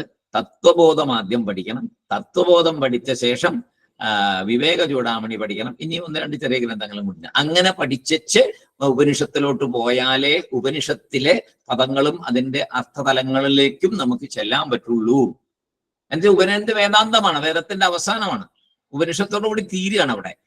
അപ്പൊ നമ്മളെ സംബന്ധിച്ചിടത്തോളം അങ്ങോട്ട് എത്തണമെങ്കിൽ എത്രമാത്രം ആദ്യത്തെ സാധനകൾ ചെയ്തിട്ട് വേണം അങ്ങോട്ട് ചെല്ലാൻ എന്ന് പറഞ്ഞ പോലെ ആ ഗുരു ഉപദേശത്തിന്റെ കൂടി സംശയങ്ങൾ തീർന്ന് ഗുരു സമയമാകുമ്പോൾ ഗുരു അതിന്റെ സംശയങ്ങൾ നിർത്തിത്തരും. അങ്ങനെ വിദ്യാഭ്യാസം പൂർണ്ണമാകുന്നു, ജ്ഞാനം ലഭിക്കുന്നു. പിന്നെന്താണ്? ജ്ഞാനം നിലനിർത്തണം. അവിടെയാണ് ഇതിന്റെ പ്രത്യേകത വരുന്നത്. ജ്ഞാന സമ്പാദനമായി ഈ പറഞ്ഞ രീതിയിലൊക്കെ വന്ന് നല്ലൊരു ശിഷ്യൻ ജ്ഞാനം സമ്പാദിച്ചു. ജ്ഞാനം നിലനിർത്താൻ മനസ്സിനെ നേർവഴിയിൽ മാത്രം കൊണ്ടുപോകാൻ എന്ത് വേണം? നിധിധ്യാസനം ചെയ്യണം. അവിടെയാണ് നിധിധ്യാസനത്തിന്റെ പ്രത്യേകത വരുന്നത്. ഇത് മനസ്സിലൊക്കെ മനസ്സിലായി, എല്ലാ കാര്യങ്ങളും അറിയാം. ഇനി അത് ജീവിതത്തിൽ മുന്നോട്ട് പോകുമ്പോൾ നമ്മുടെ ഈ ശരീരം വിടുന്നത് വരെ ഈ നിഷ്ഠയിൽ നിന്ന് ഒരു കടുകട പോലും മാറാതെ പോകാൻ നിധിധ്യാസനം കൂടിയേ തീരൂ. കാരണം വ്യവഹാരം നമ്മളായിട്ട് കറക്കും. ഇല്ലേ? നമ്മൾ ഭൂമിയിലല്ലേ ജീവിച്ചുകൊണ്ടിരിക്കുന്നേ, വ്യവഹാരത്തിന്റെ ഇടയിലല്ലേ കഴിയുന്നേ. ജ്ഞാനം കിട്ടിക്കഴിഞ്ഞ് വ്യവഹാരം അങ്ങനെ നിന്നു പോകാൻ പറ്റില്ലല്ലോ. ശരീരപാദം വരെ അത് പോണ്ടേ. പ്രാരബ്ധം കിട്ടിയിരിക്കല്ലേ, പ്രാരബ്ധം അനുഭവിച്ചല്ലേ പോകത്തുള്ളൂ. അപ്പൊ പ്രാരബ്ധം അനുഭവിക്കുമ്പോഴും ബ്രഹ്മനിഷ്ഠയായിട്ടിരിക്കാൻ സാധിക്കണ്ടേ? അപ്പോ വളരെയധികം നിധിധ്യാസനത്തിൽ കൂടി ശക്തി ആർജിക്കേണ്ടതായിട്ടുണ്ട്. വ്യവഹാരം കുറച്ച് കൊണ്ടുവരണം. മെല്ലെ മെല്ലെ വ്യവഹാരം കുറച്ച് കൊണ്ടുവരാം. പല കാര്യങ്ങളും നമുക്ക് ചെയ്യാൻ പറ്റും. ഇപ്പൊ തന്നെ നമുക്ക് ചെയ്യാൻ പറ്റും. വ്യവഹാരങ്ങൾ നമുക്ക് കുറയ്ക്കാൻ പറ്റും. ആവശ്യമില്ലാത്ത റെസ്പോൺസിബിലിറ്റികളൊക്കെ ഒഴിവാക്കാം. ഡെലിഗേഷൻ എന്ന് പറയാം, ഡെലിഗേഷൻ ഓഫ് പവർ എന്ന് പറയുമല്ലോ നമ്മൾ മാനേജ്മെന്റ് ഒക്കെ കേൾക്കുമ്പോൾ. കുഞ്ഞുങ്ങളെ അവനവന്റെ നമ്മളൊക്കെ പല കാര്യങ്ങളും കുഞ്ഞുങ്ങളെ ഏൽപ്പിച്ച് സ്വസ്ഥമായിട്ടിരിക്കണം. ആത്മീയ വിചാരത്തിൽ ആത്മവിചാരത്തിലേക്ക് തിരിയണം. എല്ലാ ചുമതലകളും തലയിലെടുത്തോണ്ടിരിക്കരുത്. ഇപ്പൊ ചില കാര്യങ്ങൾക്കൊക്കെ പുറത്തേക്ക് പോകേണ്ട കാര്യങ്ങൾക്കൊക്കെ കുട്ടികളെ ഉണ്ടെങ്കിൽ അവരെ പ്രാപ്തരാക്കി അവരെ പറഞ്ഞു വിടണം പല കാര്യങ്ങൾക്കും. അങ്ങനെ പല പുറത്തുള്ള പല കാര്യങ്ങളിൽ നിന്നും ഒതുങ്ങാം. അതേമാതിരി ഫാമിലിക്ക് അകത്ത് പല പല കാര്യങ്ങളിൽ നിന്നും നമുക്ക് പതുക്കെ ഇൻവേർഡ് ജേണി ആരംഭിക്കാം.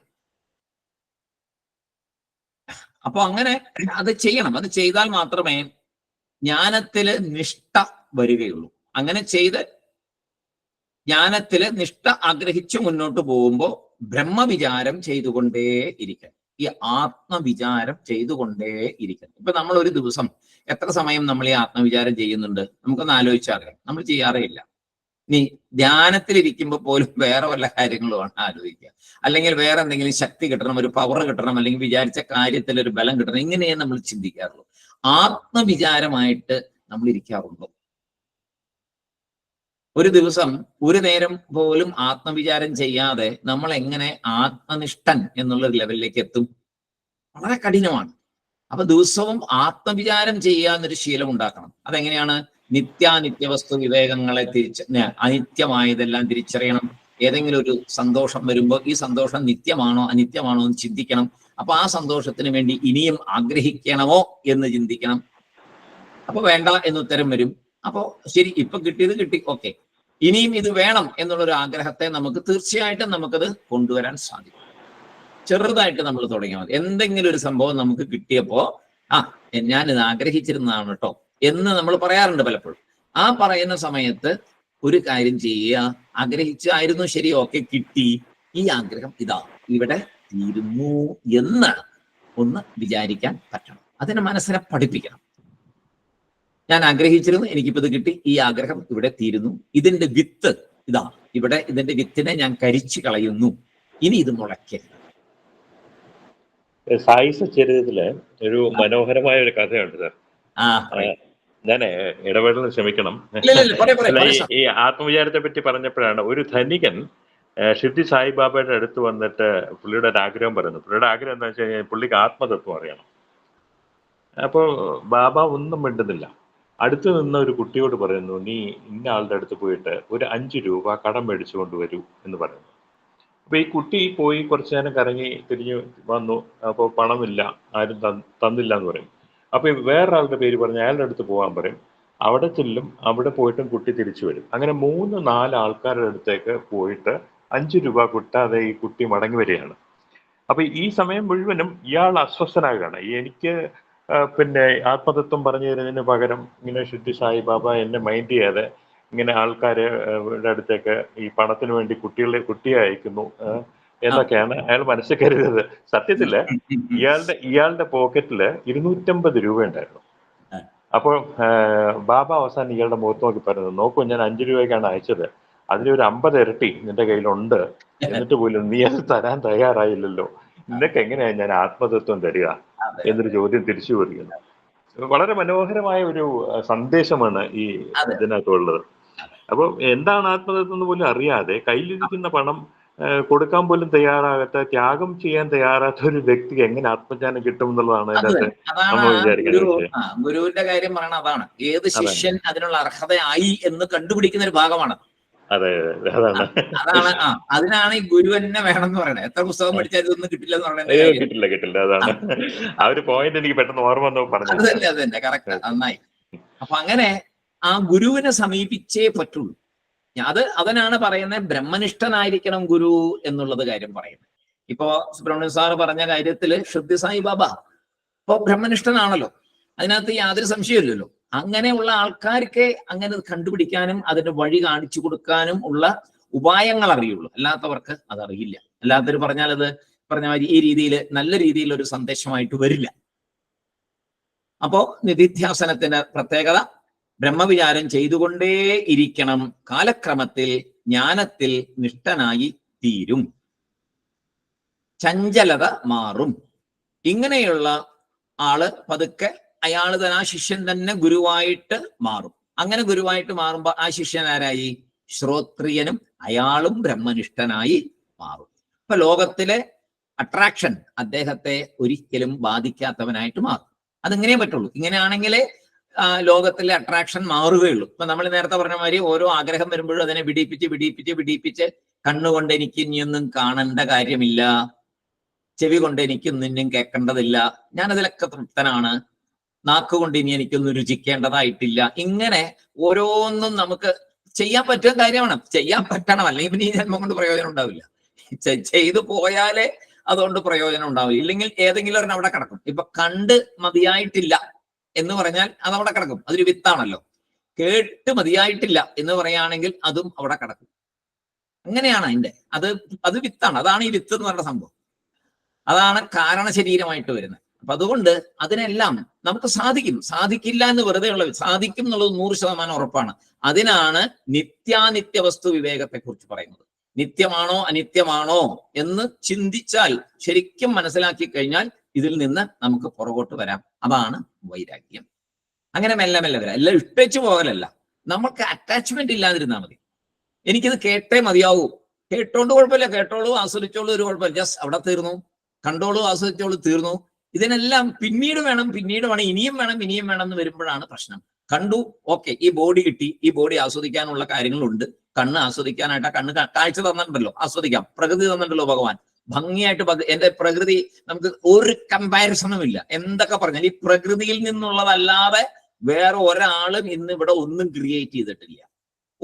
ഒരു സീനറി ഒരാൾ വരച്ചാൽ അത് ഈ പ്രകൃതിയിൽ ഉള്ളത് തന്നെയാണ്. സ്വന്തമായിട്ട് ഒന്നും കൊണ്ടുവരാൻ പറ്റില്ല, ഇവിടെ ഇല്ല. അതേമാതിരി ഇപ്പൊ ജീവികളുടെ കാര്യം നോക്കിയാൽ നമുക്കറിയാം. സമുദ്രത്തിലേക്ക് ജീവികളുടെ കാര്യം പറയുമ്പോൾ നമ്മൾ യൂട്യൂബിലൊക്കെ കാണാം. നമുക്ക് ഇമാജിൻ ചെയ്യാൻ പറ്റില്ല അതിന്റെ ഡിസൈൻസും കാര്യങ്ങളും, ഈ മീനുകളുടെ, മത്സ്യത്തിന്റെ, അതേമാതിരി മറ്റുള്ള കരയിലുള്ള ജീവികളുടെ ഒക്കെ.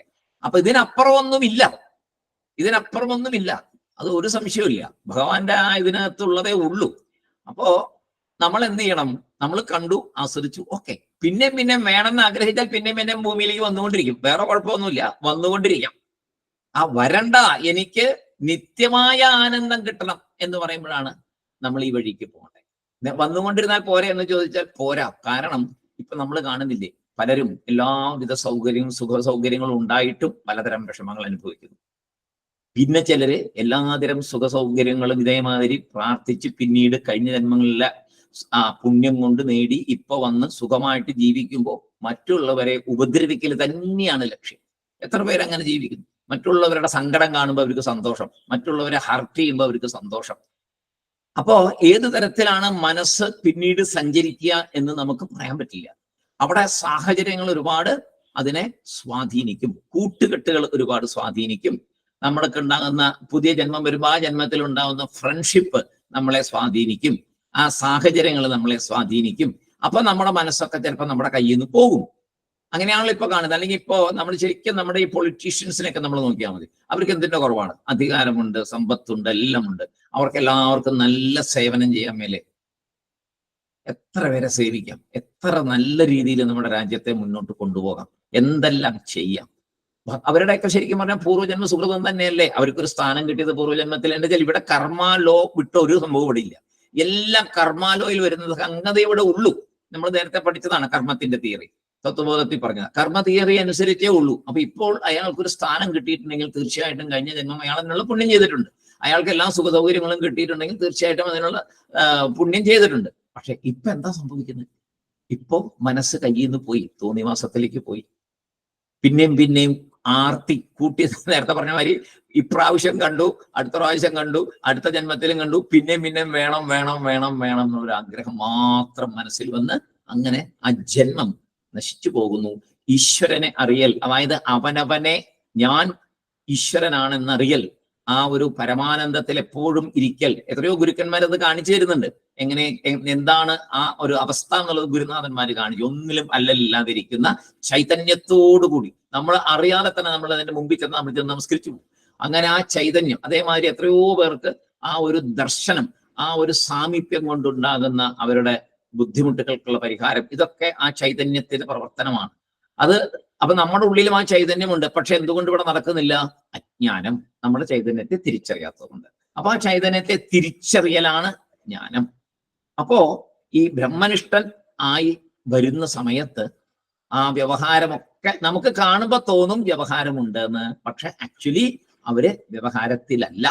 അവര് ശരീരപാദം വരെ മാത്രം മുന്നോട്ട് പോകും. കുറെ പേര് ലോക നന്മയ്ക്ക് വേണ്ടി വ്യവഹാരത്തിൽ നമുക്ക് കാണാൻ പറ്റും. അവർക്ക് വേണ്ടിയല്ല, പൂർണ്ണമായും ലോക നന്മയ്ക്ക് വേണ്ടി പ്രവർത്തിച്ചു കൊണ്ടിരിക്കുന്നു. എന്നുവെച്ചാൽ നമ്മളെപ്പോലെ എത്രയോ പേര് കാണും ആത്മജ്ഞാനം നേടണമെന്നും ആഗ്രഹമുള്ളൂ. അവർക്ക് വേണ്ടി എന്തെങ്കിലും ചെയ്യണം എന്ന് അവർക്കുണ്ട്. ആ ആത്മജ്ഞാനം നേടുന്നവർക്ക് ഇങ്ങനെയുള്ള ഗുരുക്കളിൽ നിന്നല്ലേ ഉപദേശം കിട്ടാൻ പറ്റുള്ളൂ. അപ്പൊ ആ ഗുരു മിണ്ടാതിരുന്നാ പറ്റുമോ? പറ്റില്ല. അപ്പൊ ഗുരു എന്താ, സാധാരണ നമുക്ക് തോന്നുമ്പോൾ ആ ഗുരു സാധാരണ ഒരു രീതിയിൽ വ്യവഹാരത്തിൽ ഇരിക്കുന്നു എന്ന് നമുക്ക് തോന്നും. അദ്ദേഹം അവിടെ ഇരിക്കുന്നത് നമുക്ക് ഉപദേശം തരാൻ വേണ്ടിയിട്ടാണ്, നമുക്കറിവ് തരാൻ വേണ്ടിയിട്ടാണ് എന്ന് മനസ്സിലാക്കും കൂടെ വേണം ആ ഗുരുവിനെ സമീപിക്കുമ്പോൾ. അല്ലാതെ ആ ഗുരു എന്താ അങ്ങനെ ചെയ്യണേ, ഗുരു എന്താ ഇങ്ങനെ ചെയ്യണമെന്ന് ഗുരുവിന്റെ ഫ്രണ്ടിൽ പോയിട്ട് എന്നിട്ട് ചിന്തിച്ചാൽ ഒന്നും മനസ്സിലാകത്തില്ല. അവിടെ നിന്ന് കിട്ടുന്ന ഒരു കാര്യവും മനസ്സിലാകത്തില്ല. അവിടെ ചെന്നിരിക്കുന്നത് ഗുരുവിനെ വാച്ച് ചെയ്യാനോ, അങ്ങനെ നമുക്ക് വേണ്ട ഉപദേശങ്ങൾ തരുമ്പോൾ പാഠങ്ങൾ പഠിക്കാൻ വേണ്ടിയിട്ട് മാത്രമേ ആ വാച്ചിങ് ആകാവൂ.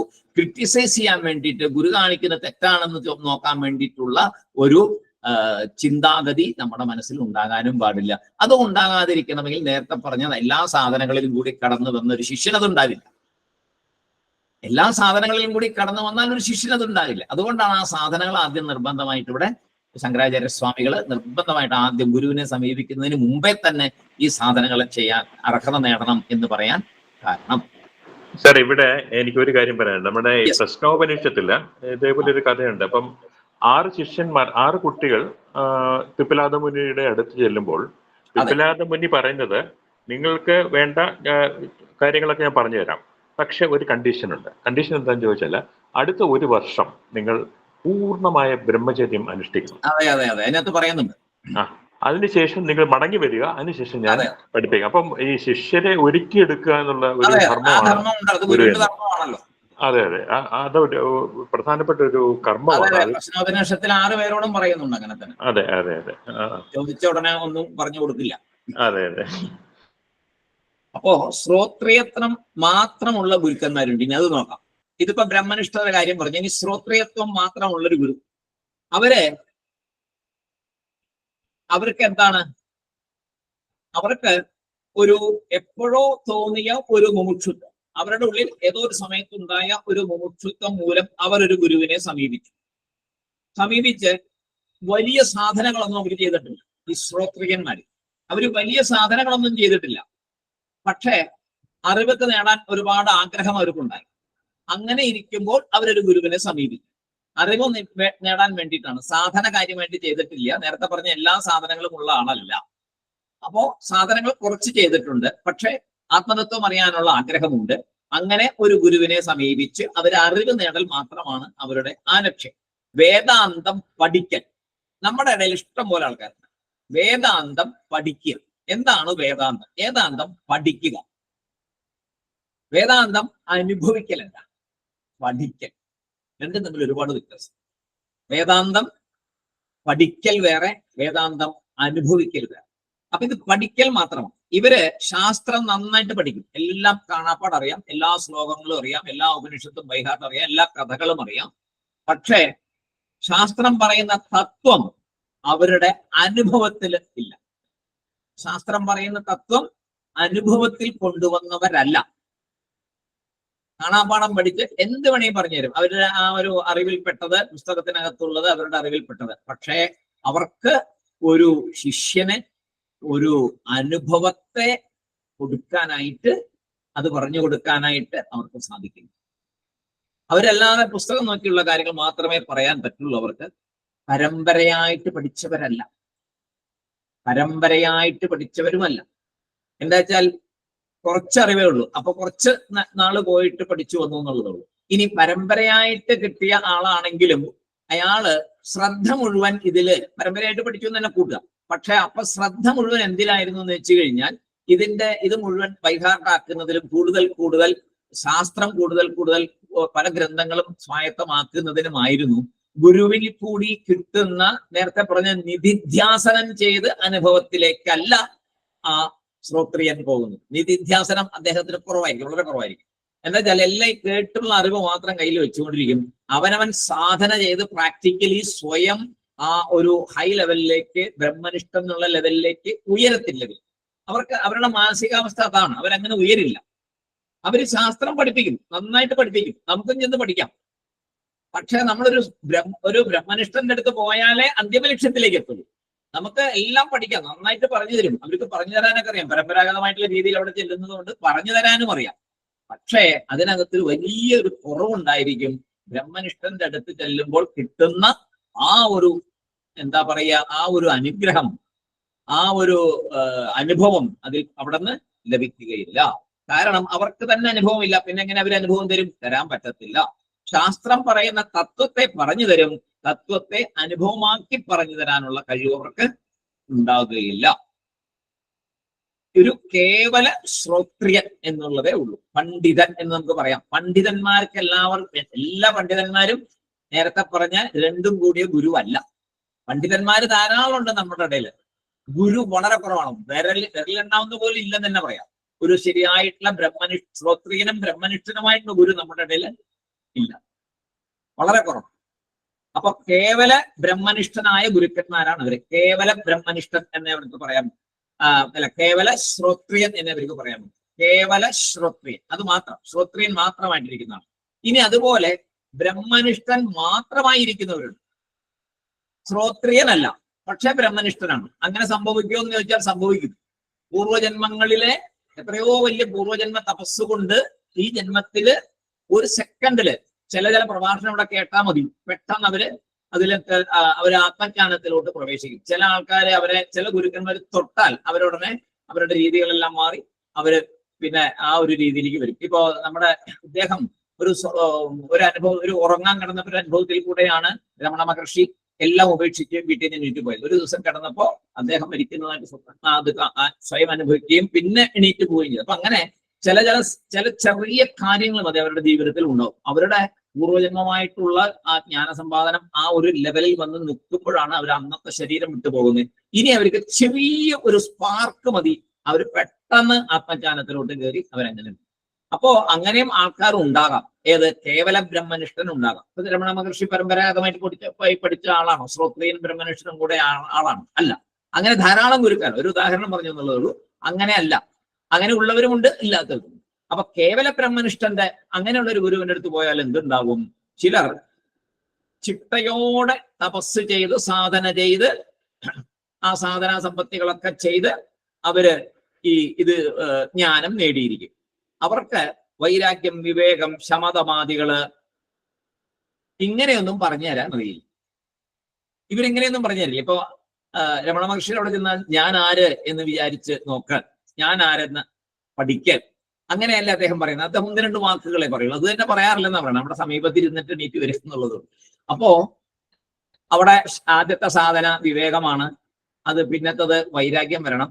പിന്നെ ശമം, ദമം, അങ്ങനെയുള്ള ആ 6 സാധനങ്ങൾ ചെയ്യണം. ഇങ്ങനെയൊന്നും പറഞ്ഞു തരാൻ അവർക്ക് അറിയില്ല. കാരണം അവർ അതിന്റെ അങ്ങറ്റത്തെ ലെവലിൽ അവർ നിൽക്കുന്നത്. അവർ നിൽക്കുന്ന ലെവല് ബ്രഹ്മനിഷ്ഠം എന്നുള്ള ലെവലില്ല. അവിടെ ചെന്നാൽ ഒരു കാര്യമേ പറയുള്ളൂ, നീ ആത്മതത്വം പഠിക്കുന്നു മാത്രമേ പറയുള്ളൂ. അപ്പൊ എങ്ങനെ ആത്മതത്വം പഠിക്കണം എന്ന് അവിടെ നിന്ന് പറയാൻ പറ്റില്ല, പറഞ്ഞു തരൂല്ല നമുക്ക്. പിന്നെ നമ്മൾ തപ്പിക്കോണം, അതിന് പറ്റിയ ഗുരുവിനെ നമ്മൾ തപ്പിയെടുക്കണം. അങ്ങനെ ഒരു വ്യത്യാസമുണ്ട്. അവിടെ നിന്ന് നേരെ കിട്ടുന്നത് ആത്മാവിനെ അറിയൂ എന്നൊറ്റ വാക്കേ കിട്ടത്തുള്ളൂ, ബാക്കി നമ്മൾ കണ്ടുപിടിക്കും. അപ്പോ സാധന ചെയ്തതിനാൽ അവര് എത്രയോ ജന്മങ്ങളില് അതിഗംഭീര സാധന ചെയ്തതുകൊണ്ട് അവർക്ക് ഒരു ഒറ്റ മഹാവാക്യം എവിടെയെങ്കിലും കേട്ടാൽ മതി, ഉടനെ അവര് ബോഡി കോൺഷ്യസിൽ നിന്ന് മാറിപ്പോകും. അങ്ങനെയുണ്ട്. കുറെ ഗുരുക്കന്മാരെ കുറിച്ച് അങ്ങനെ കേട്ടിട്ടുണ്ട്. ചില വാക്കുകൾ കേട്ടപ്പോ, അഹം ബ്രഹ്മാസ്മി എന്നൊരു വാക്ക് കേട്ട ഉടനെ അദ്ദേഹം ഈ ലോകത്തിൽ തപ്പ് ആ മൈൻഡ് അങ്ങ് പോയിട്ട് പിന്നെ വേറെ എന്താ പറയാ ധ്യാനാവസ്ഥയിലേക്ക് അങ്ങ് ചെന്നു. ഇങ്ങനെ കുറെ പേരുടെ കാര്യങ്ങളുണ്ട്. ചിലർക്ക് ചില ഗുരുക്കന്മാരുടെ പേര് കേട്ടാൽ മതി, ഉടനെ അങ്ങോട്ട് പോകും. പിന്നെ അവര് തിരിച്ചു വരണമെങ്കിൽ ചിലപ്പോൾ 2-3 ദിവസം എടുക്കും, ചിലപ്പോൾ മണിക്കൂറുകൾ മതി. അതൊക്കെ ആ ഒരു ലെവലൊക്കെ എന്ന് പറഞ്ഞാൽ കഴിഞ്ഞ പൂർവ്വജന്മങ്ങളില് അതികഠിനമായ തപസ്സിന്റെ സാധനയുടെ ഫലമാണ്. അവർക്ക് തന്റെ മുമ്പിൽ വരുന്ന ശിഷ്യന്മാർക്ക് അത് പറഞ്ഞു കൊടുക്കാൻ അറിയില്ല. പക്ഷെ അവരൊരു കാര്യം പറയും, അവരുടെ ആ ഒരു പറച്ചിലും അവരുടെ സമീപവും കൊണ്ട് നമ്മളിൽ ഒരുപാട് പരിവർത്തനം നടക്കും. അതിഭയങ്കരമായ പരിവർത്തനം നമ്മളിൽ നടക്കും ആ സാമീപ്യം കൊണ്ട്. അതിൽ നിന്ന് നമുക്ക് മനസ്സിലാക്കാം ഇത് ഏത് തരത്തിൽപ്പെട്ട ആളാണ്. ഇപ്പൊ ബ്രഹ്മനിഷ്ഠനാണെന്നുള്ളത് അന്നേരം നമുക്ക് മനസ്സിലാവും. പിന്നെ പരമ്പരാഗതമാണെന്നുള്ളത് അല്ലയോ എന്നുള്ളത് നമുക്ക് അവരുടെ ഹിസ്റ്ററിയിൽ നിന്ന് നമുക്ക് മനസ്സിലാവുന്നുണ്ടല്ലോ. ഇനി അപ്പൊ എന്താ കാര്യം, നമ്മള് നല്ല ഒരു ശിഷ്യൻ ആ ആദ്യത്തെ സാധനകളൊക്കെ ചെയ്ത് നല്ല രീതിയിൽ അതൊക്കെ മനസ്സിലാക്കി അങ്ങനെ പോയ ഒരാള് മാത്രമേ ഇങ്ങനെയുള്ള കേവല ബ്രഹ്മനിഷ്ഠന്റെ അടുത്ത് പോയാൽ പെട്ടെന്ന് പ്രയോജനം ഉണ്ടാവുള്ളൂ. അല്ലാത്തവർക്കും ഉണ്ടാവില്ല. സാധാരണ ആൾക്കാർക്ക് നമ്മളെ പോലെയുള്ളവർക്കൊന്നും ഉണ്ടാവത്തില്ല. നമ്മളെ പോലുള്ളവർക്ക് ശ്രോത്രിയനും ബ്രഹ്മനിഷ്ഠനുമായ ആള് തന്നെ വേണം, രണ്ടും കൂടെ തന്നെ വേണം. കേവല ബ്രഹ്മനിഷ്ഠന്റെ അടുത്ത് പോയാൽ നമുക്ക് പറ്റില്ല, കേവല ശ്രോത്രിയന്റെ അടുത്ത് പോയാൽ നമുക്ക് പോരാ. അപ്പൊ അങ്ങനെ ജ്ഞാനം അവർക്ക് വന്നു, പെട്ടെന്ന് അവർ ജ്ഞാനിയായി, അവർ ജ്ഞാനനിഷ്ഠനായി. അവർക്ക് മുക്ത ലക്ഷണം കാണാം. നമുക്ക് അവർ നോക്കിക്കഴിഞ്ഞാൽ അവർ മുക്തന്മാരാണ് എന്ന് നമുക്ക് വ്യക്തമായിട്ട് തിരിച്ചറിയാൻ പറ്റും. ഇവർക്ക് ക്രമമായിട്ട് പഠിപ്പിക്കാൻ അവർക്ക് പറ്റില്ല, അങ്ങനെ ചെയ്യാറില്ല അവർ. ഇത് ഉത്തമ മനുഷ്യനാണ്, അവരാണ് ഉത്തമ മനുഷ്യൻ എന്ന് പറയും. ഉത്തമ ഗുരു അല്ല. ഉത്തമ ഗുരു ആണെങ്കിൽ രണ്ടും വേണം. ഇവർ ഉത്തമ മനുഷ്യൻ, ആ ജന്മത്തിൽ ഉത്തമമായി കഴിഞ്ഞു, ഇവർ ഇനി അതിനപ്പുറം ആകാനില്ല. അതേസമയം ഉത്തമ ഗുരുവായിട്ട് പറ്റില്ല. ആകുന്നത് ആർക്കാണ്? അതുപോലെയുള്ള ഒരു ശിഷ്യനൊരു ഗുരുവാകാം, അത്രമാത്രമേ ഉള്ളൂ. ഇപ്പൊ അദ്ദേഹത്തിന്റെ ശിഷ്യന്മാര് എത്രയോ പേരുണ്ട് അവിടെ അരുണാചലത്തില്. ആ ശിഷ്യന്മാരൊക്കെ എന്ന് പറഞ്ഞാൽ അവർ ആ ലെവലിലുള്ളവരാ. അപ്പൊ അവർക്ക് ഉത്തമ ഗുരുവാകാം, അല്ലാതെ സാധാരണ ഒരാൾക്ക് ഉത്തമ ഗുരുവാകാൻ പറ്റില്ല. എന്ന് വെച്ചാൽ അവിടെ നിന്ന് കിട്ടുന്നത് പരമ്പരാഗതമായുള്ള രീതിയിലുള്ള കാര്യങ്ങൾ നമുക്ക് കിട്ടില്ല.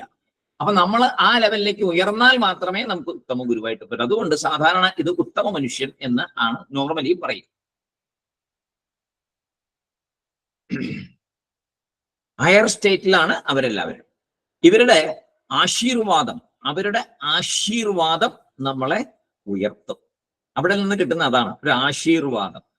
അതിൽ കൂടി നമുക്ക് കിട്ടാത്ത എന്തെല്ലാമോ അതിൽ കൂടി നമുക്ക് ലഭിക്കും. പക്ഷെ പരമ്പരാഗതമായിട്ടുള്ള പഠിപ്പ് വേണമെങ്കിൽ നമുക്ക് അവിടെ നിന്ന് കിട്ടില്ല. അപ്പോ 3 തരം ഗുരുക്കന്മാരെ സമീപിക്കുന്ന ശിഷ്യന് എന്താണ് ലഭിക്കുക? ഇങ്ങനെ 3 തരം പറഞ്ഞല്ലോ. അപ്പൊ ഒന്ന് ശ്രോത്രിയനും ബ്രഹ്മനിഷ്ഠനും, പിന്നെ കേവല ശ്രോത്രിയൻ, പിന്നെ കേവല ബ്രഹ്മനിഷ്ഠൻ. അപ്പോ ഗുരു ശ്രോത്രിയ ബ്രഹ്മനിഷ്ഠനാണെങ്കിൽ എന്താ ഉണ്ടാവുക? ഗുരു ഒരു ശ്രോത്രിയ ബ്രഹ്മനിഷ്ഠനാണെങ്കിൽ എന്താണ് സംഭവിക്കുക? ഗുരു ആ ശിഷ്യന്റെ മനോനിലയെ നോക്കും, അതനുസരിച്ച് ഉപദേശം നടക്കും. വളർന്നിട്ടില്ലാത്തവന് കർമ്മയോഗം പറഞ്ഞു കൊടുക്കും, മറ്റു സാധനങ്ങളെല്ലാം പറഞ്ഞു കൊടുക്കും, പതുക്കെ പതുക്കെ അവനെ ഉയർത്തും. അങ്ങനെ ആ പാഠം കേട്ട് തത്വം മനസ്സിലാക്കി മുമ്പോട്ട് പോകുമ്പോൾ ഗുരു മെല്ലെ ആത്മജ്ഞാനം പറഞ്ഞു തരും. അപ്പൊ ശ്രോത്രിയ ബ്രഹ്മനിഷ്ഠനാണ് അദ്ദേഹം. രണ്ടുമുണ്ട്, ശ്രോത്രിയ ബ്രഹ്മനിഷ്ഠൻ. അദ്ദേഹത്തിനെ തന്നെ സമീപിക്കണം. രണ്ടും കൂടി വരുമ്പോൾ അദ്ദേഹം മെല്ലെ മെല്ലെ പറഞ്ഞു തന്ന് നമ്മളെ കൈപിടിച്ച് പതുക്കെ ആത്മതത്വം പറഞ്ഞു തന്ന് ആത്മജ്ഞാനത്തിലേക്ക് കൊണ്ടുപോകും. അങ്ങനെ ആ ആത്മജ്ഞാനത്തിന്റെ ആ ഗുണങ്ങളെല്ലാം അവന് ആ ഗുരുവില് കാണാം. 2 ഗുണങ്ങളും ആ ഗുരുവിൽ കാണും. പൂർണ്ണത ഉള്ള ഒരു ഗുരുവായിട്ട് സ്വയം മനസ്സിലാകും. അതാണ് ആ ശാസ്ത്രത്തിന്റെ പരിപൂർണ ഫലം. അപ്പൊ ശാസ്ത്രം പഠിച്ചു, ശാസ്ത്രത്തിന്റെ പരിപൂർണ ഫലം അവിടെ തന്നെ കാണുന്നു. അതാണ് ശ്രോത്രിയനും ബ്രഹ്മനിഷ്ഠനുമായ ഗുരുവിന്റെ അടുത്ത് ശാസ്ത്രം നന്നായിട്ട് മനസ്സിലായി. ആ ശാസ്ത്രം പറയുന്നതെല്ലാം ഇതാ എന്റെ മുമ്പിൽ അനുഭവത്തിൽ ഇതാ കാണുന്നു, എന്റെ ഗുരുവിൽ കാണുന്നു. അപ്പോ എനിക്ക് ശാസ്ത്രത്തിൽ പരിപൂർണ വിശ്വാസം ആയി. ആ പരിപൂർണ വിശ്വാസത്തോടു കൂടി എന്റെ സാധന മുന്നോട്ട് പോകുമ്പോൾ ഗുരു അനുഗ്രഹത്താൽ, ആ ഗുരുവിന്റെ കാരുണ്യത്താൽ, ആ ഗുരുവിന്റെ കടാക്ഷത്താൽ, ആ ഗുരുവിന്റെ സ്പർശനത്താൽ എന്റെ സാധനയുടെ ഫലമായി ഞാനും ബ്രഹ്മനിഷ്ഠനും ശ്രോത്രിയനും ബ്രഹ്മനിഷ്ഠനും ആയി ഒരേ രീതിയിൽ ഞാനും മുന്നോട്ട് ആകും. അങ്ങനെ ആ ജ്ഞാനം പൂർണ്ണ സംതൃപ്തമായ രീതിയിലേക്ക് എത്തും. ഇനി ശ്രോത്രിയനായിട്ടുള്ള ഗുരുവിനെ സമീപിച്ചാൽ നമ്മൾ പറഞ്ഞു നല്ല അറിവുകൾ കിട്ടും, ഗുരുവിന്റെ ജീവിതം നമുക്ക് ശരിയാവില്ല. പലപ്പോഴും നമ്മൾ കണ്ടിട്ടുള്ളത് നല്ല അറിവുണ്ടാവും, പക്ഷെ സ്വന്തം ജീവിതം നോക്കിക്കഴിഞ്ഞാൽ ഒരു രക്ഷയില്ല, നമുക്കത് ഫോളോ ചെയ്യാൻ പറ്റില്ല. അപ്പൊ നമുക്ക് തോന്നും ഇതെന്താ ഇങ്ങനെ, ഇത്രയും നമ്മുടെ ഇടയിലുണ്ടത്, ഇത്രയും ശാസ്ത്രം പഠിച്ചിട്ട് ഇത്രയും കാര്യങ്ങൾ പറഞ്ഞിട്ട് നമ്മളെ പഠിപ്പിച്ചിട്ട് പറഞ്ഞു തന്നിട്ട് ഇങ്ങനെന്താ ഇങ്ങനെ ചെയ്യുന്നത്, ഈ മനുഷ്യൻ എന്താ ഇങ്ങനെ പെരുമാറുന്നത് എന്ന് നമ്മൾ സമൂഹത്തിൽ കാണാറുണ്ട്. അത് വലിയൊരു കുഴപ്പം കൂടെ ചെയ്യും, ശാസ്ത്രത്തിലുള്ള വിശ്വാസത്തെ തകർക്കും മനുഷ്യരുടെ ഇടയില്. അത് വലിയൊരു വിപത്താണ്. നമ്മുടെ ഹിന്ദുക്കളുടെ ഇടയിൽ സംഭവിച്ചിരിക്കുന്ന വലിയൊരു വിപത്തുണ്ട്. അതിന് ധാരാളമുണ്ട്. നമ്മളീ കാണുന്ന ആൾക്കാര് ഇതൊക്കെ പഠിച്ച് വലിയ നാരായണിയും ഭാഗവതവും എല്ലാം കയ്യിൽ പുസ്തകവും കൊണ്ട് നടക്കുകയും ഇത് പഠിച്ചു ഇത് പ്രസംഗിക്കുക എല്ലാം ചെയ്ത് നടന്നിട്ട് അതിൽ പറയുന്ന രീതിക്ക് കടകവിരുദ്ധമായിട്ടുള്ള സ്വന്തം അവരുടെ കുടുംബ ജീവിതവും അവരുടെ സമൂഹ ജീവിതവും കാണുമ്പോൾ നമ്മളെ പുതിയ കുട്ടികൾ, പുതിയ തലമുറയ്ക്ക് എന്ത് തോന്നും? എന്തിനാ ഇതൊക്കെ പഠിക്കുന്നതെന്ന് തോന്നും. നമ്മൾ എന്നും കേൾക്കുന്ന ഒരു കാര്യം, എന്തിനാണ് ഇതൊക്കെ പഠിക്കുന്നത്? നമ്മുടെ വീട്ടിൽ തന്നെ കുട്ടികൾ ചോദിക്കും എന്തിനാണ് ഇത് പഠിക്കുന്നത്? ഇതേ കണ്ടില്ലേ, അവര് രാവിലെ മുതൽ ഭാഗവതം കൊണ്ട് നടക്കുക, എന്നിട്ട് അവർ പ്രവർത്തിക്കുന്ന കണ്ടില്ലേ? ഇത് രാവിലെ മുതൽ നാരായണീയം വായിക്കുന്നു, 10 സ്ഥലത്ത് പോയി വായിക്കുന്നു, എന്നിട്ട് കണ്ടില്ലേ അവരുടെ വീട്ടിൽ അവർ പ്രവർത്തിക്കുന്ന കണ്ടില്ലേ?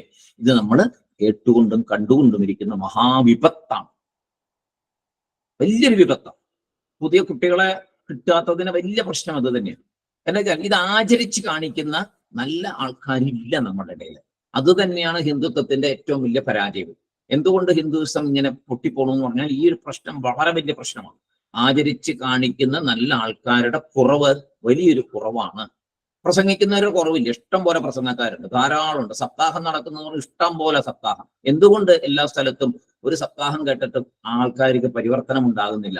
ഓരോ അമ്പലത്തിൽ തന്നെ എത്രയോ 25-30 വർഷമായിട്ട് സപ്താഹം നടക്കുന്നുണ്ട്. അതിന്റെ പരിസരത്തുള്ള ആൾക്കാരെ 25-30 വർഷമായിട്ട് സപ്താഹം കേൾക്കുന്നുണ്ട്. എന്തുകൊണ്ട് അവിടെ പരിവർത്തനം നടന്നില്ല എന്ന് പറഞ്ഞാൽ 2 കാര്യമാണ്. ഒന്ന്, ആചരിക്കുന്നവനെല്ലാം പ്രഭാഷണം നടത്തുന്നത്. 2, കേൾക്കുന്നവന് ആചരിക്കണം എന്നുള്ള തോന്നലുണ്ടാകുന്നുമില്ല. ഇത് രണ്ടും അങ്ങോട്ടും ഇങ്ങോട്ടും പരസ്പര ബന്ധമാണ്. കാരണം ആചരിച്ചാൽ പ്രയോജനം ഉണ്ടാകും, ശാസ്ത്രം തെറ്റല്ല, ശാസ്ത്രം അതിന്റെ ഗുണം തരും, ശാസ്ത്രത്തിൽ പറയുന്നത് 100% ശരിയാണ് എന്ന് കേൾക്കുന്ന ആൾക്ക് വിശ്വാസം വരണമെങ്കിൽ മുമ്പിൽ അത് കാണണം. കാണാതെ കണ്ട് എങ്ങനെ വിശ്വസിക്കുക? അപ്പോ ഈ വരുന്ന ആചാര്യന്മാര്, അവരെ കുറിച്ച് നമ്മൾ പഠിക്കുമ്പോൾ നല്ല രീതിയിലുള്ള എത്രയോ പേരെ നമ്മൾ പഠിക്കുന്നുണ്ട്. ഇന്ന ആൾക്കാരെ അതുപോലെ ജീവിച്ചു, അവർക്ക് ഇന്ന ഫലങ്ങൾ ഉണ്ടായി, അവരുടെ അനുഗ്രഹം കൊണ്ട് ഇന്ന ഗുണങ്ങൾ ഉണ്ടായി എന്ന് നമ്മൾ കാണുന്നുണ്ട്. പക്ഷെ അത് വളരെ വളരെ വളരെ വളരെ കുറവാണ്. ഇല്ലാത്തതാണ് കൂടുതല്. അതുകൊണ്ടാണ് ഈ പ്രശ്നം വരുന്നത്. ഇല്ലാത്തതാണ് കൂടുതൽ. ഉള്ളത് ഉണ്ട്, വളരെ കുറവ് മാത്രം. ആ വളരെ കുറവുള്ളതിനടുത്ത് വേണം നമ്മൾ വെക്കാൻ. അപ്പൊ അങ്ങനെ ശ്രോത്രിയൻ മാത്രമായാൽ ഒരുപാട് ബുദ്ധിമുട്ടുകൾ ഉണ്ട്. അതേപോലെ ബ്രഹ്മനിഷ്ഠൻ മാത്രമാണെങ്കിലും നമുക്ക് അതനുസരിച്ച് ബ്രഹ്മനിഷ്ഠന്റെ ആ ഒരു പറഞ്ഞു തരുന്ന കാര്യം മനസ്സിലാക്കത്തക്കോണമുള്ള സാധനകൾ ചെയ്ത് അറിവ് നേടി സാധന ചെയ്ത് മനസ്സിനെ അതുപോലെ പക്വമാക്കി വിശാലമാക്കി ചെന്നാൽ മാത്രമേ ബ്രഹ്മനിഷ്ഠൻ മാത്രമായ ഗുരുവിൽ നിന്ന് നമുക്ക് എന്തെങ്കിലും പ്രയോജനം ഉണ്ടാവുകയുള്ളൂ. ശ്രോത്രിയ എന്ന് പറഞ്ഞാൽ അതിന്റെ ജസ്റ്റ് നമുക്ക് അതിന്റെ അർത്ഥത്തിലേക്ക് ശ്ലോകത്തിന്റെ അർത്ഥത്തിലേക്ക് ഒന്ന് പോകാം. ശ്രോത്രിയ പരമ്പരമായിട്ട് ശരിക്കും ശാസ്ത്രം പഠിച്ച ആള്. അവ്രിയനഹ അതായത് പാപമില്ലാത്തവര്, ധർമ്മനിഷ്ഠമായ ജീവിതം കൊണ്ട് പാപമില്ലാത്തവര് അവ്രിയനഹ. പിന്നെയോ അകാമഹതഃ ആഗ്രഹങ്ങളാൽ ബന്ധിക്കപ്പെടാത്തവര്. ആ ഗുരു ആഗ്രഹങ്ങളാൽ ബന്ധിക്കപ്പെട്ടവനായിരിക്കുകയില്ല, ജ്ഞാനത്തോടെ ഇരിക്കുന്നു. യഹ അവൻ ബ്രഹ്മവിത്തമഃ ബ്രഹ്മത്തെ അറിഞ്ഞവരിൽ ഉയർന്നവൻ. ബ്രഹ്മത്തെ അറിഞ്ഞവരിൽ ബ്രഹ്മവിത്തമഃ എന്ന് പറഞ്ഞാൽ ബ്രഹ്മത്തെ അറിഞ്ഞവരില് ഏറ്റവും മുകളിലുള്ള ആൾ, ബ്രഹ്മനിഷ്ഠ ആയിട്ടിരിക്കുന്ന ആ ആള്. പിന്നെയോ ബ്രഹ്മണി ഉപരതഃ ബ്രഹ്മത്തിൽ ലയിച്ചിരിക്കുന്ന ആള്. എല്ലാം ബ്രഹ്മം, നേരത്തെ നമ്മൾ പറഞ്ഞു, എല്ലാം ബ്രഹ്മമായിട്ട് കാണുന്ന ആള്, സകലതിനെയും ബ്രഹ്മമായിട്ട് കാണിക്കുന്ന ആളാണ് ബ്രഹ്മണി ഉപരതഃ. പിന്നെയോ ശാന്തഃ. കാരണം എന്താ? ഈ ബ്രഹ്മവിത്തമനം ബ്രഹ്മണി ഉപരതയമായി കഴിഞ്ഞാൽ എന്താണ്? ശാന്തനാണ്. പിന്നെ അവിടെ ശാന്തിയല്ലേ ഉള്ളൂ, പരമമായ ശാന്തി മാത്രമേ അവിടെ ഉള്ളൂ. അപ്പോ എങ്ങനെയുള്ള ശാന്തൻ എന്ന് പറഞ്ഞാൽ അതിന് പറയുന്നു നിരിന്ധനഃ ഇവാനലഃ. നിരിന്ധനഃ ഇവ അനലഃ, അതാണ് ഇവാനലഃ. ഇന്ധനമില്ലാത്ത തീ, ഇന്ധനമില്ലാതെ ഇരിക്കുന്ന അഗ്നിയെ പോലെ. എങ്ങനെയാണത്? അഗ്നിയുണ്ട്, അതിൽ ഇന്ധനം ഇടുമ്പോഴേ അത് ആളിക്കത്തി വരത്തുള്ളൂ, ഇല്ലേ? ആളിക്കത്തി ഒരു വലിയ കാട്ടുതീ വരെയായി പോകാം. ഇന്ധനമില്ലാതിരിക്കുമ്പോഴോ ഒരു തിരി കത്തിക്കൊണ്ടിരിക്കുമ്പോൾ ആ തിരി ശാന്തമായിട്ട് കത്തിക്കൊണ്ടിരിക്കും. അതിനാവശ്യമുള്ള ഇന്ധനം അവിടെ ഉണ്ട്, അത്ര മാത്രമേ ഉള്ളൂ. കൂടുതൽ ഇന്ധനം നമ്മൾ കൊടുക്കും തോറും അത് ആളിക്കത്തിക്കൊണ്ടിരിക്കും. അപ്പൊ അങ്ങനെ നിരിന്ധനഃ ഇവാനലഃ എന്നാണ് പറയുന്നത്. ഗുരുവിന്റെ മനസ്സ് ഒരേ ഒരു എന്താ പറയാ, ഒരു തിരിനാളം കത്തുന്ന, ശാന്തമായിട്ട് കത്തുന്ന പോലെ തന്നെ ഇരിക്കും. അതിനെ ഇളക്കാൻ പറ്റില്ല, അതിനെ കൂടുതൽ അതിനകത്ത് ഇന്ധനമിട്ട് അതിനെ കത്തിക്കാനൊന്നും പറ്റില്ല. അങ്ങനെ ശാന്തമായിട്ട് ഇരിക്കുന്ന കാണാം. പിന്നെയോ അഹേതുകഃ ദയാസിന്ധു. ഗുരു എന്തുകൊണ്ട് പ്രവർത്തനങ്ങളിൽ ഏർപ്പെട്ടിരിക്കുന്നു എന്നാൽ വലിയൊരു ചോദ്യമാണ്. അങ്ങനെയുള്ള ഗുരു എന്തിനാ ഈ പ്രവർത്തനങ്ങളൊക്കെ ചെയ്യുന്നത്? ധാരാളം അങ്ങനെ ഉണ്ട്, നമ്മുടെ കേരളത്തിൽ കാണുന്നില്ലെന്നുള്ളൂ, പുറത്തൊക്കെ ധാരാളം ഉണ്ട്. അങ്ങനെ നമ്മൾ കാണുമ്പോൾ എന്തിനവരിങ്ങനെ വലിയ പ്രവർത്തനങ്ങളിൽ ഏർപ്പെടുന്നു എന്ന് പറഞ്ഞാൽ അത് സ്വന്തം പ്രയോജനത്തിന് വേണ്ടിയിട്ടല്ല, ദയാസിന്ധുക്കളാണ്. ദയാസിന്ധുവാണ്, കരുണക്കടലാണ് അവരൊക്കെ. അവരുടെയൊക്കെ മനസ്സ് കരുണക്കടൽ. അതുകൊണ്ടാണ് അവർ പ്രവർത്തനങ്ങളിൽ ഏർപ്പെടുന്നത്. അവരത്രയും മനസ്സിൽ കരുണക്കടലിലാണ് അവരിയ്ക്കുന്നത്. സ്വന്തം പ്രയോജനത്തിന് വേണ്ടിയല്ല, അവരുടെ ഉള്ളിലുള്ള കരുണയാൽ, ലോകത്തിലുള്ള ജനങ്ങളോടുള്ള കരുണയാൽ, സകലമായ പ്രാണികളോടുമുള്ള കരുണയാൽ. അഹേതുകഃ, ഹേതു അതായത് കാരണം. അങ്ങനെ കാരണമൊന്നുമില്ല അവർക്ക്, ഒരു കാരണവുമില്ല. അങ്ങനെ ദയക്ക് എന്തെങ്കിലും കാരണമുണ്ടോ? ഇല്ല. എല്ലാവരും ഒരുപോലെ തന്നെ അവർക്ക്. സകലമായ പേര്, പണക്കാരനും പാവപ്പെട്ടും. നമുക്ക് ചിലപ്പോൾ തോന്നും ചില ഗുരുവിന്റെ അടുത്ത് വലിയ പണക്കാര് ചെല്ലുമ്പോഴും ഈ ഗുരു അവരോട് പല അനുഗ്രഹങ്ങളൊക്കെ കൊടുക്കുന്ന കാണാം. തീരെ പാവപ്പെട്ടവൻ ചെല്ലുമ്പോഴും കാണാം. അപ്പൊ നമുക്കൊരു സ്വതവേ നമ്മുടെ മനസ്സിലൊരു തോന്നൽ വരും, ഇവിടെ ഈ പണക്കാരെയൊക്കെ ഇങ്ങനെ ചെയ്യേണ്ടത് ഈ ഗുരു എന്നെ കാണിക്കുന്നത്, ഇവരൊക്കെ എത്ര വലിയ വലിയ സമ്പത്ത് കൂടുതലിരിക്കുന്നതാണ്, അങ്ങനെ പെരുമാറുന്നവരാണ്, ഇങ്ങനെ പെരുമാറുന്നവരാണ്. പക്ഷേ ആത്മനിഷ്ഠനെ സംബന്ധിച്ചിടത്തോളം അങ്ങനെ ഇല്ല. അവർക്ക് എല്ലാവരും ഒരുപോലെയാ. അവർ കാണുന്നത് എന്താണ്? എല്ലാവരിലും ആത്മതത്വമാണ് അവർ കാണുന്നത്. അവര് പാവപ്പെട്ടവനെന്നോ പണക്കാരനെന്നോ ശാരീരികമായിട്ടുള്ള തലത്തിൽ അവർ കാണുന്നില്ല. അതുകൊണ്ടാണ് നമുക്ക് ശാരീരികമായിട്ട് കാണുന്നതുകൊണ്ടാണ് അയാൾ പണക്കാരനാണെന്ന് തോന്നുന്നത്, ഇയാൾ പാവപ്പെട്ടവനാണെന്ന് തോന്നുന്നത്. ഗുരുവിന് അങ്ങനെയില്ല. ഗുരുവിന് എല്ലാവരും ഒരുപോലെയാ. അതുകൊണ്ട് നമ്മളെപ്പോഴും വലിയ വലിയ ഗുരുക്കന്മാരുടെ അടുത്ത് നമുക്കൊക്കെ മനസ്സിൽ സംശയം ഉണ്ടാകാം. ഇപ്പൊ ഭഗവാന്റെ അടുത്ത് ചെല്ലുമ്പോ അവിടെ VIPs ഇരിക്കുന്നു, അതെന്താ ഭഗവാൻ ഇങ്ങനെ ട്രീറ്റ് ചെയ്യുന്നത് എന്ന് നമുക്ക് തോന്നാം. ഭഗവാനെ സംബന്ധിക്കുമ്പോൾ എല്ലാവരും ഒരുപോലെ തന്നെയാ. എല്ലാവരും അവിടുത്തെ സിസ്റ്റത്തിൽ കാണിക്കുന്നതാണ് VIP മറ്റു പരിപാടികളൊക്കെ, ഓർഗനൈസേഷന്റെ ലെവലിലുള്ള കാര്യങ്ങളാണ്. ഭഗവാനെ സംബന്ധിച്ചിടത്തോളം എല്ലാവരും ഒരുപോലെ, ഒരു മാറ്റവും അവിടെ ഇല്ല. അത് അനുഭവിച്ചാലേ അറിയുള്ളൂ, അല്ലാതെ നമുക്കറിയില്ല. പുറത്ത് കാണുന്നത് നമ്മൾ ഈ പറഞ്ഞ ഈ ശരീരത്തിൽ ഇരുന്നുകൊണ്ട് ഈ ശരീരത്തിലെ കണ്ടുകൊണ്ട് ഈ ശരീരത്തിലെ വിചാരം കൊണ്ടാണ് നമ്മൾ കാണുന്നത്. നമ്മൾ തികച്ചും സംസാരിയാണ്, നമ്മുടെ ചിന്തകളെല്ലാം സംസാരിയായിട്ടാണ്. അതൊന്നും ഭഗവാന്റെ ലെവലിലേക്ക് നമുക്ക് എത്താൻ പറ്റുമോ? പറ്റില്ല. പിന്നെ നമ്മൾ എന്തിനായി വെറുതെ വേണ്ടാത്തത് പറയുന്നത്? അപ്പൊ അങ്ങനെ ചിന്തിക്കണം, ചിന്തിച്ചാലേ നമുക്കത് മനസ്സിലാവും. അപ്പൊ അങ്ങനെ ഇവരെ സംബന്ധിച്ചിടത്തോളം അഹേതുകഃ, പ്രത്യേകിച്ചൊരു കാരണവും വേണ്ട, അവരുടെ ദയയ്ക്ക് ഒരു കാരണവും ആവശ്യമില്ല. അങ്ങനെ എല്ലാവരോടും അങ്ങനെ വളരെ ദയോടുകൂടി അവർ പെരുമാറുള്ളൂ. മറ്റുള്ളവരോട് അവർക്ക് എന്ത് മാനസികാവസ്ഥയാണ്? ബന്ധുവിനെ പോലെയാണോ, സ്നേഹിതനെ പോലെയാണോ? എല്ലാം ഈശ്വര സ്വരൂപമാണ്, എല്ലാം ഈശ്വര സ്വരൂപമാണ്. ആരെയും അവർ വെറുക്കില്ല. കാരണം എവിടെയെങ്കിലും ഒരു ചെറിയ വെറുപ്പ് അവർക്ക് തോന്നിയാൽ എന്തായിരിക്കും അതിന്റെ റിസൾട്ട്? ബ്രഹ്മത്തെ വെറുക്കണമെന്നാവില്ലേ? ബ്രഹ്മനിഷ്ഠനല്ലേ? ബ്രഹ്മനിഷ്ഠൻ, ബ്രഹ്മത്തിൽ ചരിക്കുന്നവൻ, ബ്രഹ്മം മാത്രം കാണുന്നവൻ ഏതിനെയെങ്കിലും ഒന്ന് വെറുത്താൽ അവരാരെ വെറുത്തു? ബ്രഹ്മത്തെ വെറുത്തു. പോയില്ല സകലതും. അതുകൊണ്ട് ഒരിക്കലും അങ്ങനെ സംഭവിക്കില്ല. നമുക്ക് പഠിക്കാൻ വേണ്ടി ഇങ്ങനെ പറയണമെന്നുള്ളതുള്ളൂ. അങ്ങനെയൊന്നും ഒരിക്കലും സംഭവിക്കില്ല. പിന്നെ എന്താണ്? അനാമതാം, അവിടെ വന്ന് നമസ്കരിക്കുന്നവർക്ക്, സമീപിക്കുന്നവർക്ക്, അവിടെ നമിക്കുന്നവർക്ക്, സമീപിക്കുന്നവർക്ക്, ആരാണോ അവിടെ വന്ന് നമസ്കരിക്കുന്നത്, സമീപിക്കുന്നത്, അവർക്ക് വേണ്ട അനുഗ്രഹങ്ങൾ അവരിൽ നിന്ന് വരും.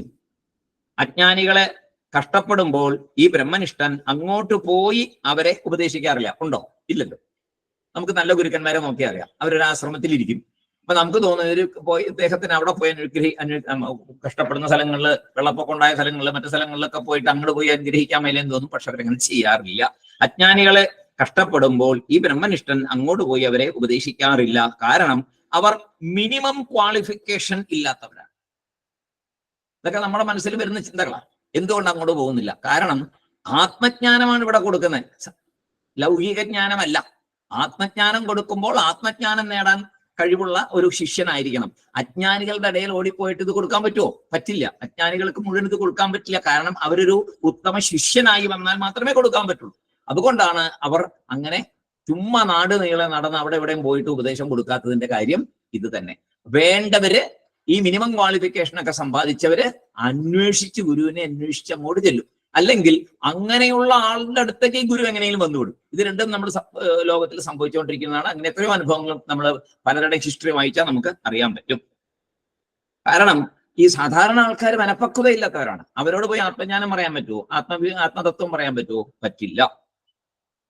അപ്പോ അവർക്ക് ഉപദേശം സ്വീകാര്യമായിരിക്കില്ല. ഇനി അവിടെ ചെന്ന് ഉപദേശിക്കാൻ പോയി നോക്കുമോ? നേരം കാണാം, ഒരിക്കലും സ്വീകരിക്കില്ല. അവർ ഉപദേശം സ്വീകരിക്കാനുള്ള പക്വത ഇല്ലാത്തവരായതുകൊണ്ട് അവര് ആ ഉപദേശങ്ങൾ സ്വീകരിക്കില്ല. അതുകൊണ്ട് ബ്രഹ്മനിഷ്ഠനായിട്ടുള്ള ഗുരു അങ്ങനെ ഓടി നടന്ന് വല്ലോടത്തൊക്കെ പോയിട്ട് ഉപദേശം കൊടുക്കാറില്ല. സദാം, സത്പുരുഷന്മാർക്ക്, സജ്ജനങ്ങൾക്ക്, അങ്ങനെയുള്ളവർ തന്റെ അടുത്ത് വരുന്നവർക്ക് ഉപദേശം ചെയ്യുന്നു. ദയമൂലം, ദയാസിന്ധുവായിട്ട് ഉപദേശം ധാരാളം ചെയ്യുന്നു. അപ്പൊ ഇതെല്ലാം ബ്രഹ്മനിഷ്ഠൻ എന്നുള്ളതിന് യോജിച്ച കാര്യങ്ങളാണ് ഇവിടെ പറഞ്ഞത്. ശിഷ്യരുടെ കഴിവറിഞ്ഞ് പടിപടിയായി ഉപദേശം ചെയ്യുന്നു ഈ ശ്രോത്രിയനും ബ്രഹ്മനിഷ്ഠനുമായ ഗുരു. നല്ല സാധന ചെയ്ത ശിഷ്യൻ നല്ല മനസ്സോടെ പ്രാർത്ഥിച്ചാൽ മനം പോലെ ഉള്ള ഒരു ഗുരുവിനെ ലഭിക്കും എന്നത് തീർച്ചയാണ്. നല്ലത് ആഗ്രഹിച്ചാൽ അത് കൊണ്ടുത്തരുന്നത് ഈശ്വരന്റെ ചുമതലയാണ്. നല്ലത് ആഗ്രഹിച്ചാൽ ആ നല്ലതിനെ നമുക്ക് തരേണ്ടത് ഈശ്വരന്റെ ചുമതലയാണ് എന്നറിയുക. അത് ഈശ്വരന്റെ കടമയാണ്. നമ്മുടെ കർമ്മഫലമായിട്ട് ചിലപ്പോൾ താമസം വന്നേക്കാം, പക്ഷേ അത് നടന്നിരിക്കും എന്നുള്ളത് ഉറപ്പാണ്. ഒരു സംശയവും വേണ്ട. ആഗ്രഹം നല്ല ആഗ്രഹങ്ങൾ ആയിരിക്കണം. ധർമ്മപരമായി ജീവിച്ചവൻ ഈശ്വരാനുഗ്രഹം നേടുമെന്നുള്ളത് ഉറപ്പാണ്. വേണ്ടത് വേണ്ട സമയത്ത് ഈശ്വരൻ നൽകും എന്നും 100% ഉറപ്പാണ്. ശ്രോത്രിയനെ സാധാരണ ബുദ്ധിയാൽ കണ്ടുപിടിക്കാം. പക്ഷേ ബ്രഹ്മനിഷ്ഠനെ എങ്ങനെ കണ്ടുപിടിക്കാൻ പറ്റും? നമുക്കതിന് ഉള്ള കഴിവില്ലല്ലോ. എന്ത് ചെയ്യും? ബ്രഹ്മനിഷ്ഠനെ എങ്ങനെ കണ്ടുപിടിക്കും? നമുക്ക് കണ്ടുപിടിക്കാൻ പറ്റുമോ? പറ്റില്ല. അപ്പൊ എന്ത് ചെയ്യണം? അതിനാണ് ഭഗവാനോട്, ഈശ്വരനോട് പ്രാർത്ഥിക്കുക. ഈശ്വരൻ നമ്മുടെ അടുത്തോ നമ്മളെയോ എങ്ങനെയെങ്കിലും ഈ ഒരു ഗുരു ശിഷ്യ സമാഗമം ഉണ്ടാകും എന്നുള്ളത് 100% ഉറപ്പാണ്. ഇത്രയും നമുക്ക് ഇന്നത്തെ ഇവിടെ നിർത്താം. അടുത്ത ദിവസം നമുക്ക് ആ ഗുരുവിന്റെ കാര്യത്തിലേക്ക് തന്നെ പോകാം. എല്ലാവരുടെ പാദങ്ങളിൽ നമസ്കാരം. നമ്മൾ പഠിക്കുന്ന ഓരോന്നും ജീവിതത്തിൽ പ്രാവർത്തികമാക്കാനുള്ള ഒരു ശക്തിയും അറിവും വിവേകവും ഭഗവാൻ തന്നെ തരട്ടെ എന്ന് പ്രാർത്ഥിച്ചുകൊണ്ട് ഇന്നത്തെ നമുക്ക് നിർത്താം. ഓം പൂർണ്ണമദ പൂർണ്ണമിദം പൂർണ്ണാത് പൂർണ്ണമുദച്യത്തെ പൂർണ്ണസ്യ പൂർണ്ണമാദായ പൂർണ്ണമേവാവശിഷ്യത്തെ. ഓം ശാന്തി ശാന്തി ശാന്തി. ഹരി ഓം തത്സത്. ബ്രഹ്മാർപ്പണമസ്തു. ഓം Shri Sairam. Sairam. Sairam sir. Sairam. Sairam Sairam. Sir. Sairam. Sairam sir. Sairam. Sairam sir. Sai Ram.